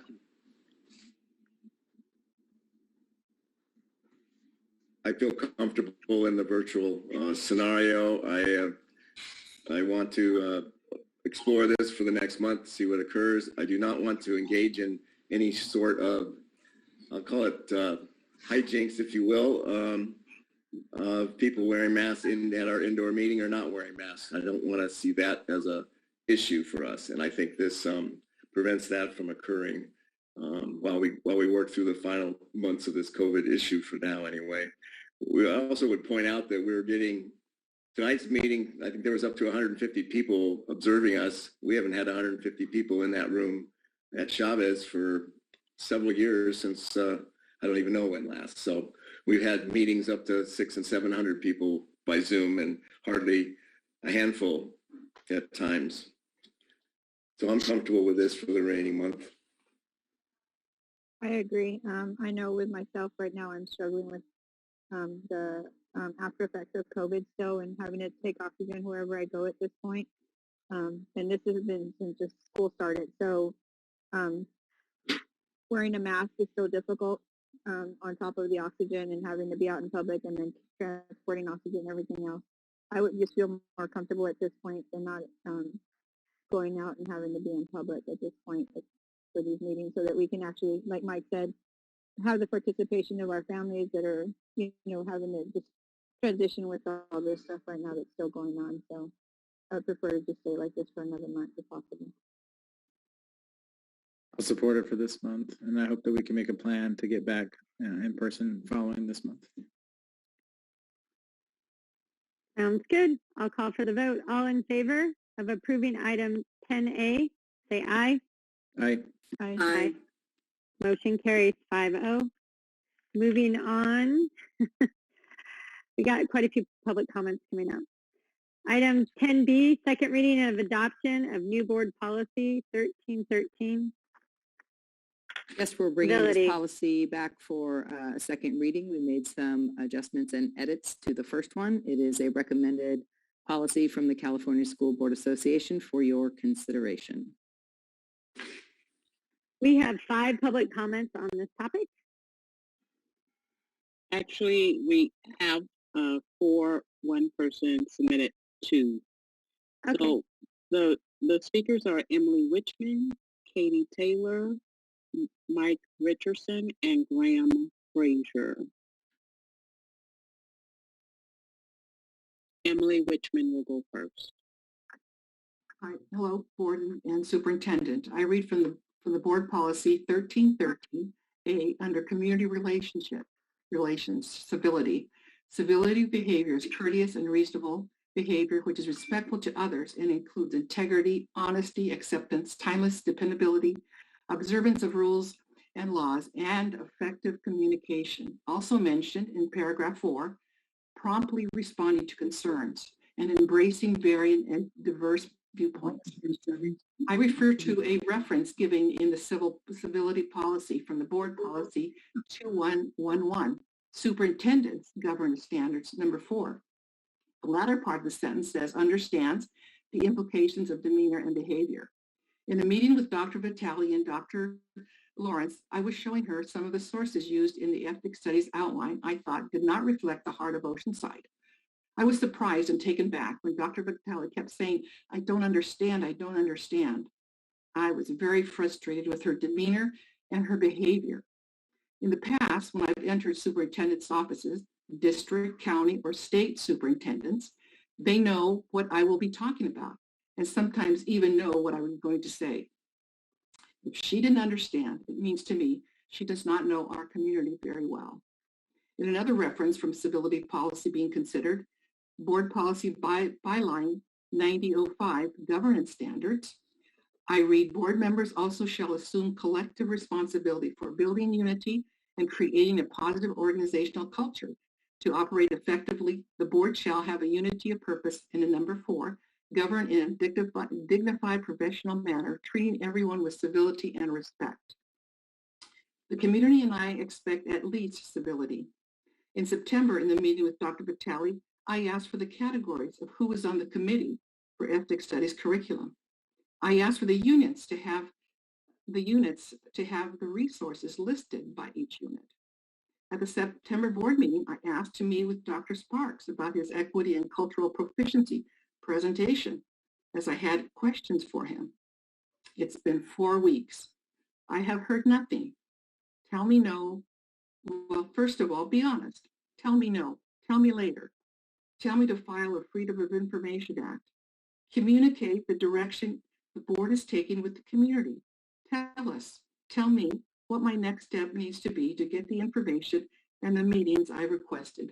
Thank you. All right, next speaker. Katie. Okay. Am I on? Yes. Okay.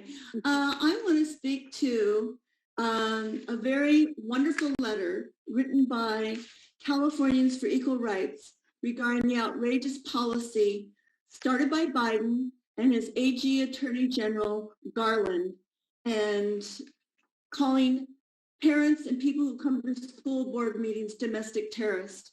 I'll start the letter and Mike Richardson will finish it.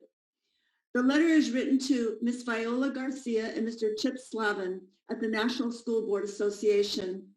Dear Ms.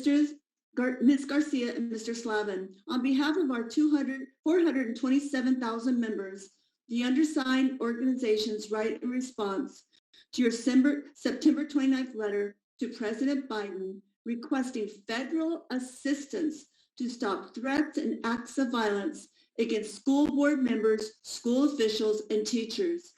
In that letter, you requested the federal government investigate, intercept, and prevent the current threats and acts of violence against our public school officials through existing statutes, executive authority, interagency, intergovernmental task forces, and other extraordinary measures, and that the government leverage the expertise and the resources of the U.S. Department of Justice, including the Federal Bureau of Investigation, FBI, U.S. Department of Homeland Security, U.S. Secret Service, and its National Threat Assessment Center. NSBA, National Association of School Board, cites a tiny number of minor incidents in order to insinuate that parents who are criticizing and protesting the decision of school boards are engaging in, or may be engaging in, as domestic terrorism and hate crimes. NSBA even invokes the Patriot Act, the association of legitimate protest with terrorism and violence reveals both your contempt for parents and your unwillingness to understand and hear the sincere cries of parents on behalf of their children. To equate parents with terrorists and dishonors the thousands of victims of actual terrorism around the world. Have you no shame? Your letter to President Biden is a thinly veiled threat, intimidating to intimidate into silence and submission the very constituents that your members ostensibly represent. Our organizations unequivocally oppose violence and find it deeply troubling that you apply otherwise about concerned citizens who deeply care about their community's children and who are concerned by the direction that American schools have taken. And Mike Richardson will read the remaining of the letter. Thank you.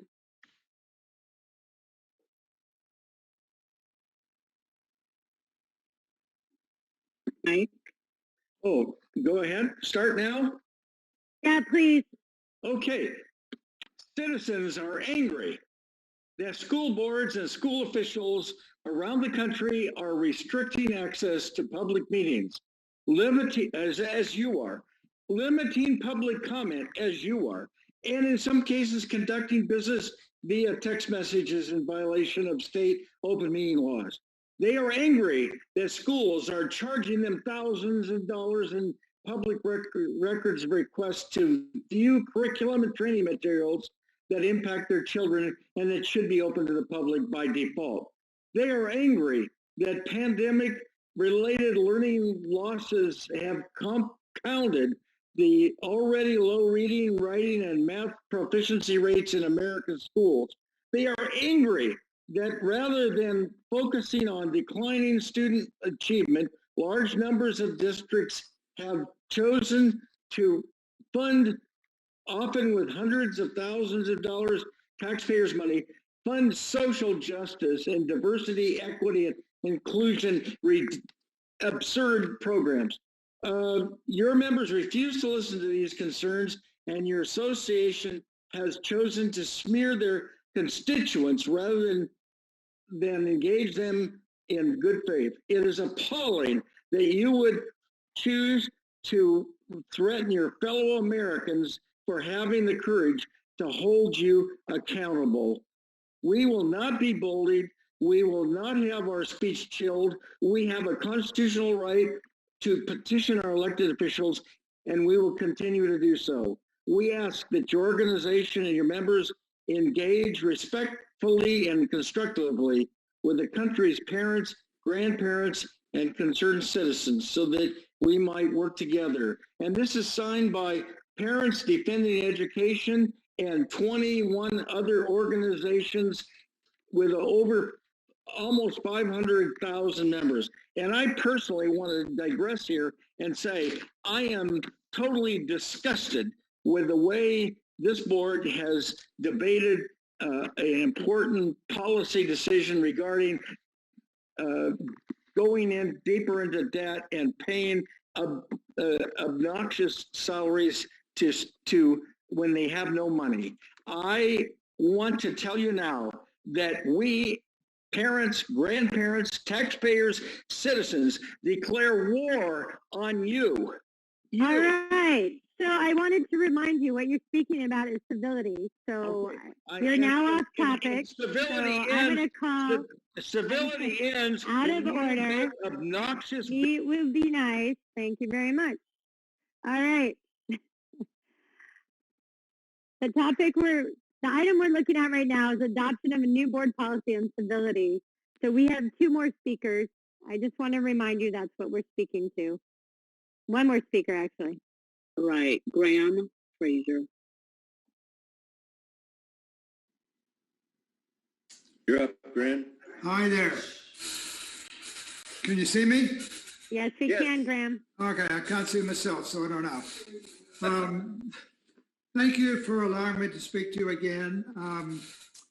You know, it's a sad situation that our society has devolved to the point that a policy is needed at all. You know, I came from Australia many years ago, but we had a lot of civility there, and I just don't understand the lack of it here. Even though I may have insulted you folks once in a while, I want to apologize if I've offended any of you. However, it was heartening to see that the policy included welcoming and encouraging participation and feedback through stakeholder engagement, promptly responding to concerns and embracing varying and diverse viewpoints. Just directly from the policy. A newsflash, I'm a stakeholder, and as a taxpayer and a community activist for our kids, even though I'm 81. Today, despite meetings with staff and presentations regarding my concerns at board meetings, I have not been afforded a neutral face-to-face dialogue with anybody. Talking to staff or board members is a one-way dialogue. It seems to be very rude to me. It just doesn't feel good. Sadly, my experience has been one of toleration. They tolerated me, not engagement. When meeting with the superintendent, senior staff and or board members, I have not been made to feel comfortable.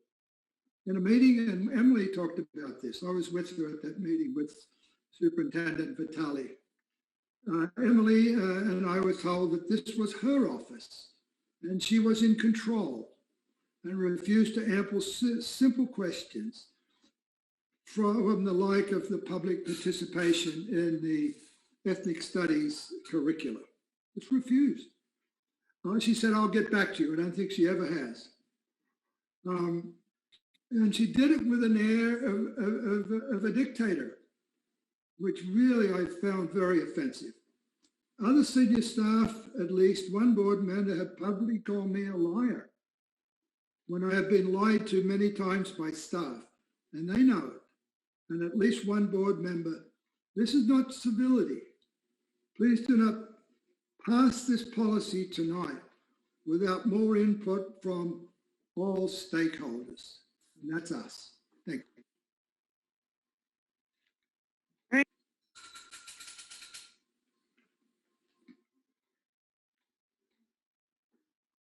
Stacy, you're muted. Does anybody have any questions or comments? Does this policy have something that's actionable that that changes what we're going to do to people when they're speaking at a board meetings or anything like that? This is more about establishing the culture that we're doing. Establishing norms and expectations. Okay. So I would just, without calling anyone out, saying things like we're going to go to war with each other is inciting a violence that we cannot continue to perpetuate that kind of conversation. So I was worried at first when this came across the desk, because I do recognize the idea civility has been used to stifle speech in the past.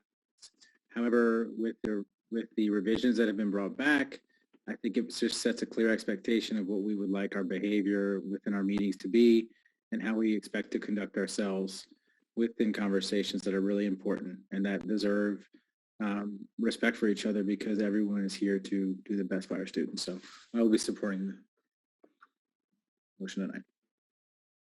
Is that a motion?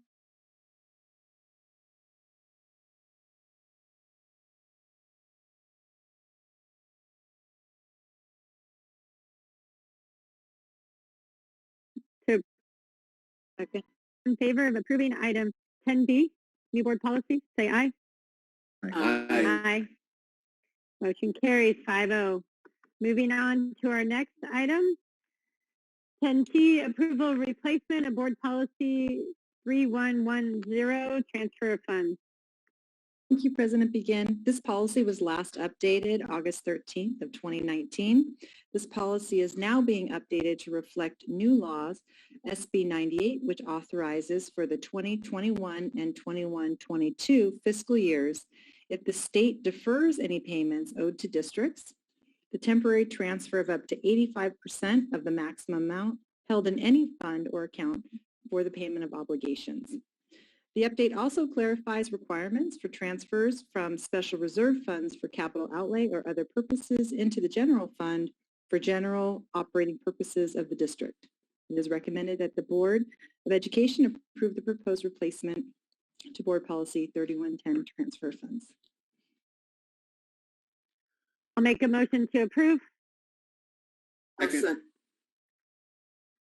Second. Okay, we have a first and a second. Any questions for staff? No questions. I'll call for the vote. All in favor of item 10C, say aye. Aye. Aye. Motion carries 5-0. Moving on to our next item, item 10D, approval of replacement of board policy 4140 and 4240. Thank you. This replaces previous originally adopted items in 2010 with new language on how bargaining units are able to form bargaining units, create membership, access employee orientations, access to employee contact information, communication with employees, and membership dues and other payments. Part of this is reflected from the changes in the 2018 Supreme Court case Kavanaugh versus West Sonoma County Unified School District, and is captured in Government Education Code. I'll move approval. Okay. I have a first and a second. Any questions? Hearing none, I'll call for the vote. All in favor of approving item 10D, say aye. Aye. Aye. Motion carries 5-0. Moving on to item 10E, approval of replacement of board policies 4151, 4251, and 4351. Great. And again, updated board policy that's been recommended by CSBA that identifies how salaries and health and welfare benefits are provided. It provides information on salary schedules, on what's allowable and putting in salary schedules that are board approved. It also provides information on how overtime compensation is paid. And these are all updated language for this board policy. Thank you for the explanation. I'll make a motion to approve. Second. First and a second. Any questions? Seeing none, I'll call for the vote. All in favor of approving item 10E, say aye. Aye. Aye. Motion carries 5-0. Moving on to, there's so many. All right. Moving on to item 11. This is public comments on non-agenda items. I believe we have 7 public comments. That is correct. All right. Our first speaker will be Michael Mitchell. And then Hannah. And then Ignacio.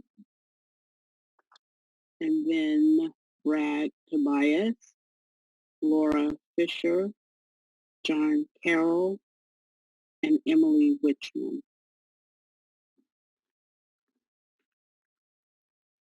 All right, Michael Mitchell, you're up first. Thanks for waiting. I know you jumped on it earlier tonight. Thank you, Dr. Begin. Good evening, Dr. Vitale, administration, board members, and public. It's been a while since I've been up here presenting and speaking. I'm all busy with work and everything. I'm Michael Mitchell. I'm a parent within OUSD.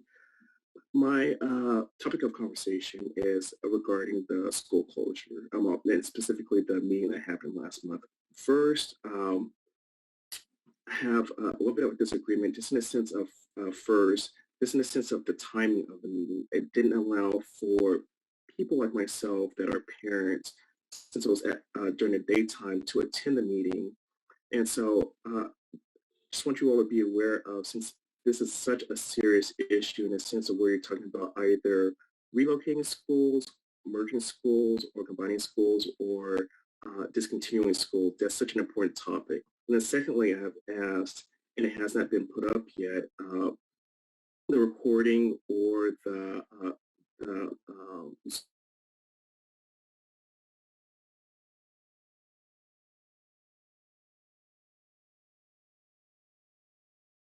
Zoom session from the bait and switch situation, just in the sense of we were asked, the public was asked to vote for the new bond measure so that we could repair schools and to improve our schools. And now I knew this was going to happen, as it has been with all the other measures. It's like, trust us, we're going to help us to approve this bond measure, and it's going to help us, improve our schools.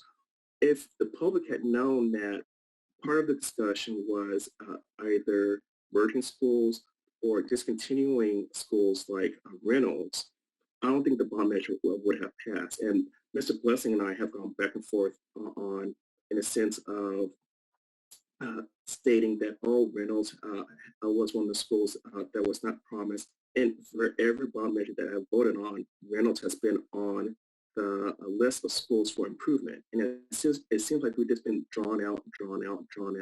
And now it's on discussion for Reynolds for possibly be closed or merged with another school, with Del Rio, Libby, or whatever. And it's not fair. And I just want the public to be reticent of the fact of this has been a very bait and switch situation. I don't feel like that the board has been very honest, and the board has not been very forthright in a sense of the assurance to the public about when it comes to facilities improvement or for the improvement of schools that have been promised to be improved upon. And then how we were talking about earlier about shade structures, how we're going to talk about shade structures if we're talking about merging and discontinuing schools. So I just ask for the board to be reticent on this topic, and that's the end of my discussion. Thank you for my time. Thank you. Speaker? Ignacio. Hello? Yes. Hello? We can hear you. You have 3 Hello. minutes. Thank you for your time. It's a little late. Sorry about the time, but I didn't hear the topics about being a mentor in like elementary schools. I'm a Eastside community resident. I was born and raised there. I would just like to be a mentor in the community, of elementary schools that I haven't heard nothing about funding that kind of stuff for mentors for kids, because that's what I think is needed. when I was young, I chose I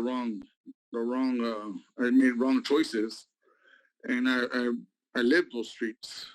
And when I was in school, I don't remember having mentors in that situation, and I think I would be a good asset to being a mentor for kids, because it's in my heart, not just for the community of Oceanside, but, to expand to other communities out there. And I was wondering, how could we go about that? Or how do I need to go about that? And to help these kids, to me as the kids, all those things that we're doing, it's nice, it's beautiful, but those are the things I used when I was a kid to go hang around, and that's how I chose to do my bad choices, and that's how I met the gangs and drugs, and that's what I would like to do, be a mentor to kids before they go that route and show them other things, other trades out in the world. I'm with the Local 89 union, and they showed us and trained us how to become construction workers, hard construction workers, to be in the society in this world. And that's what I would like to say. Thank you for your time. Thank you. Next speaker. Brad Tobias. No, that's on it.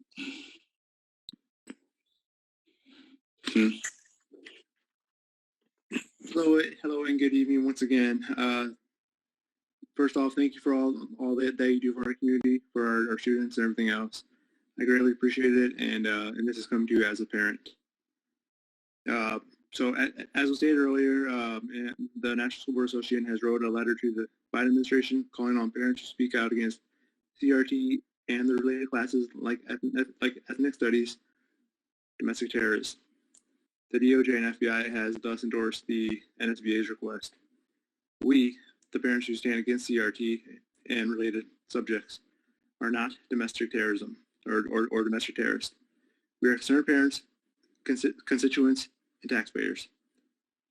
What the NSBA has requested is unconstitutional and unbiblical. You are elected by us to look after the best interest of our students. Standing with us here is in the best interest of our students. Above all the moments to use your positions to include all the fiscal, the curriculums, everything else like that, now is the moment where you fight for us. Be our voice. You call yourselves champions against oppression. Our voices are being oppressed. Fight for us because history will remember you for it. The saying goes, if you don't fight, especially for those who want to seek higher political ambitions like city council and so on and so forth. I request, no, I demand that you fight against the language used by the National School Board Association. Again, thank you for your time. God bless. Thank you. Hannah Valentine. Hannah. Hello, good night. Hello.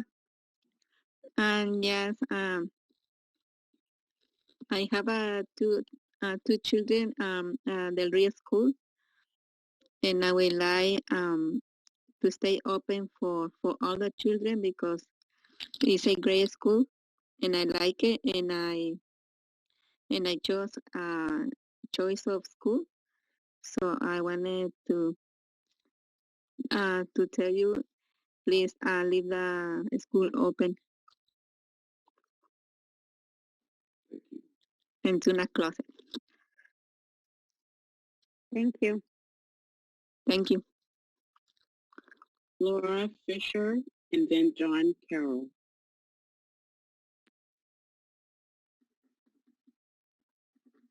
Am I there, kids? Yeah. Okay. As someone said earlier, we can't see ourselves, so we weren't really sure. And it's kind of late, and I'm trying not to fall asleep. So here we go. I'm going to read it because I'll forget it. Okay. I did want to start by reading just a little section on the OUSD website. On the board section, it says the Oceanside Unified School District Board of Education invites you to attend our monthly regularly scheduled board meetings. Attending a meeting will provide you the opportunity to better understand how your school district operates.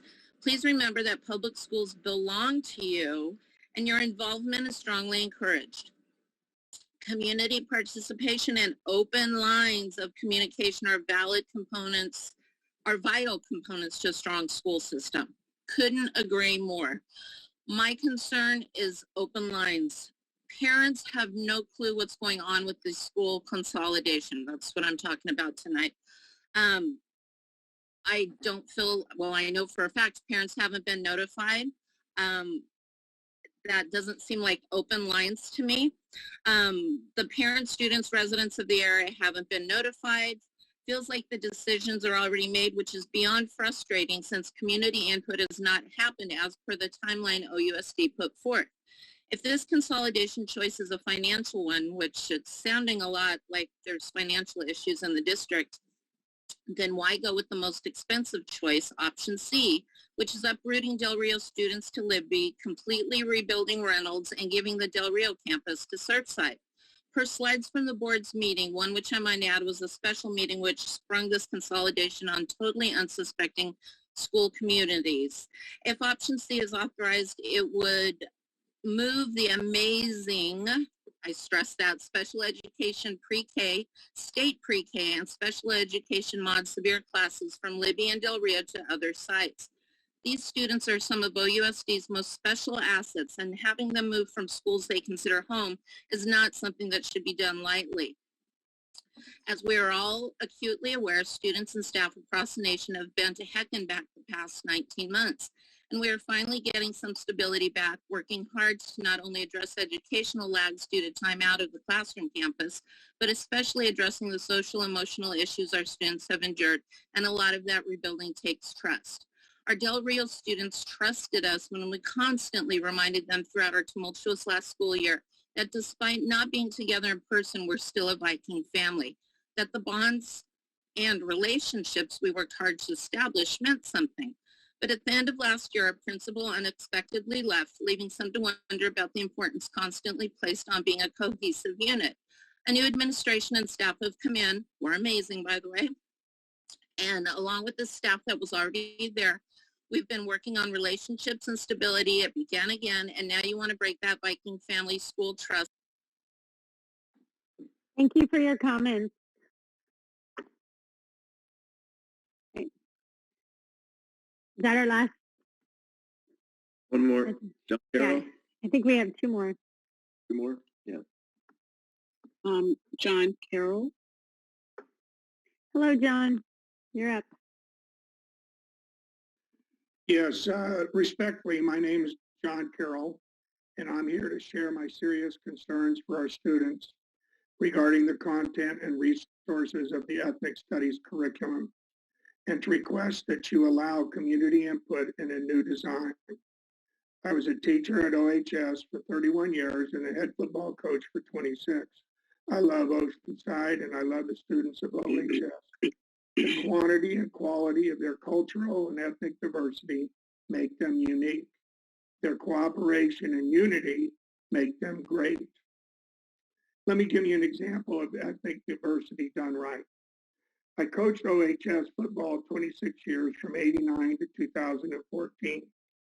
During that time, we won 13 CIF championships, 2 state championships, 7 consecutive CIF championships, 21 consecutive semifinals.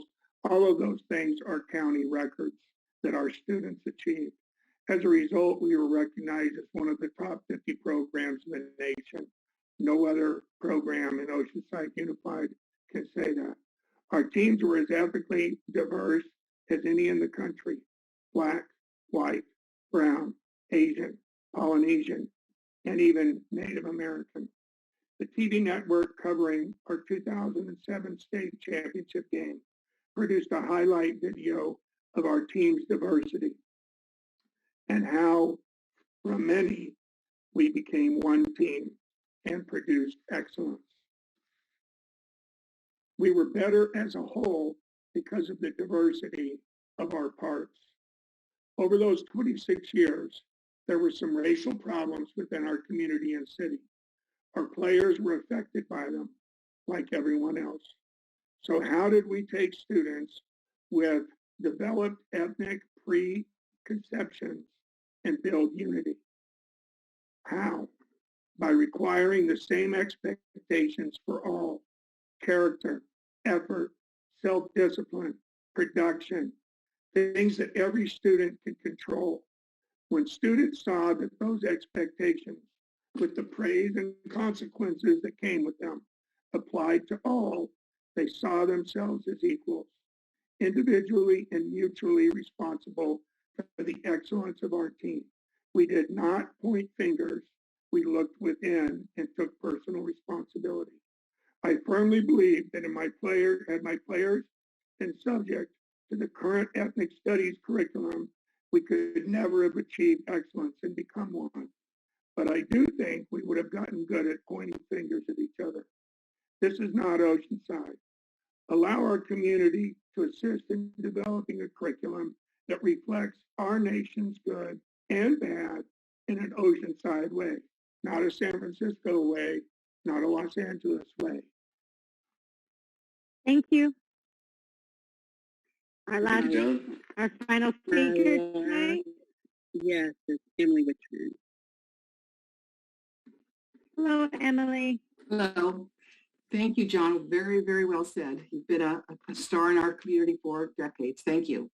Now, last month, I requested the board to direct staff to start the procedure to form a committee for the purpose to make it our own ethnic studies, using policies, curriculum development and evaluation, the Citizens Advisory Committee, civic education, history, social science instruction, and the controversial issues. We can formulate our own ethnic studies as a reflection of our community.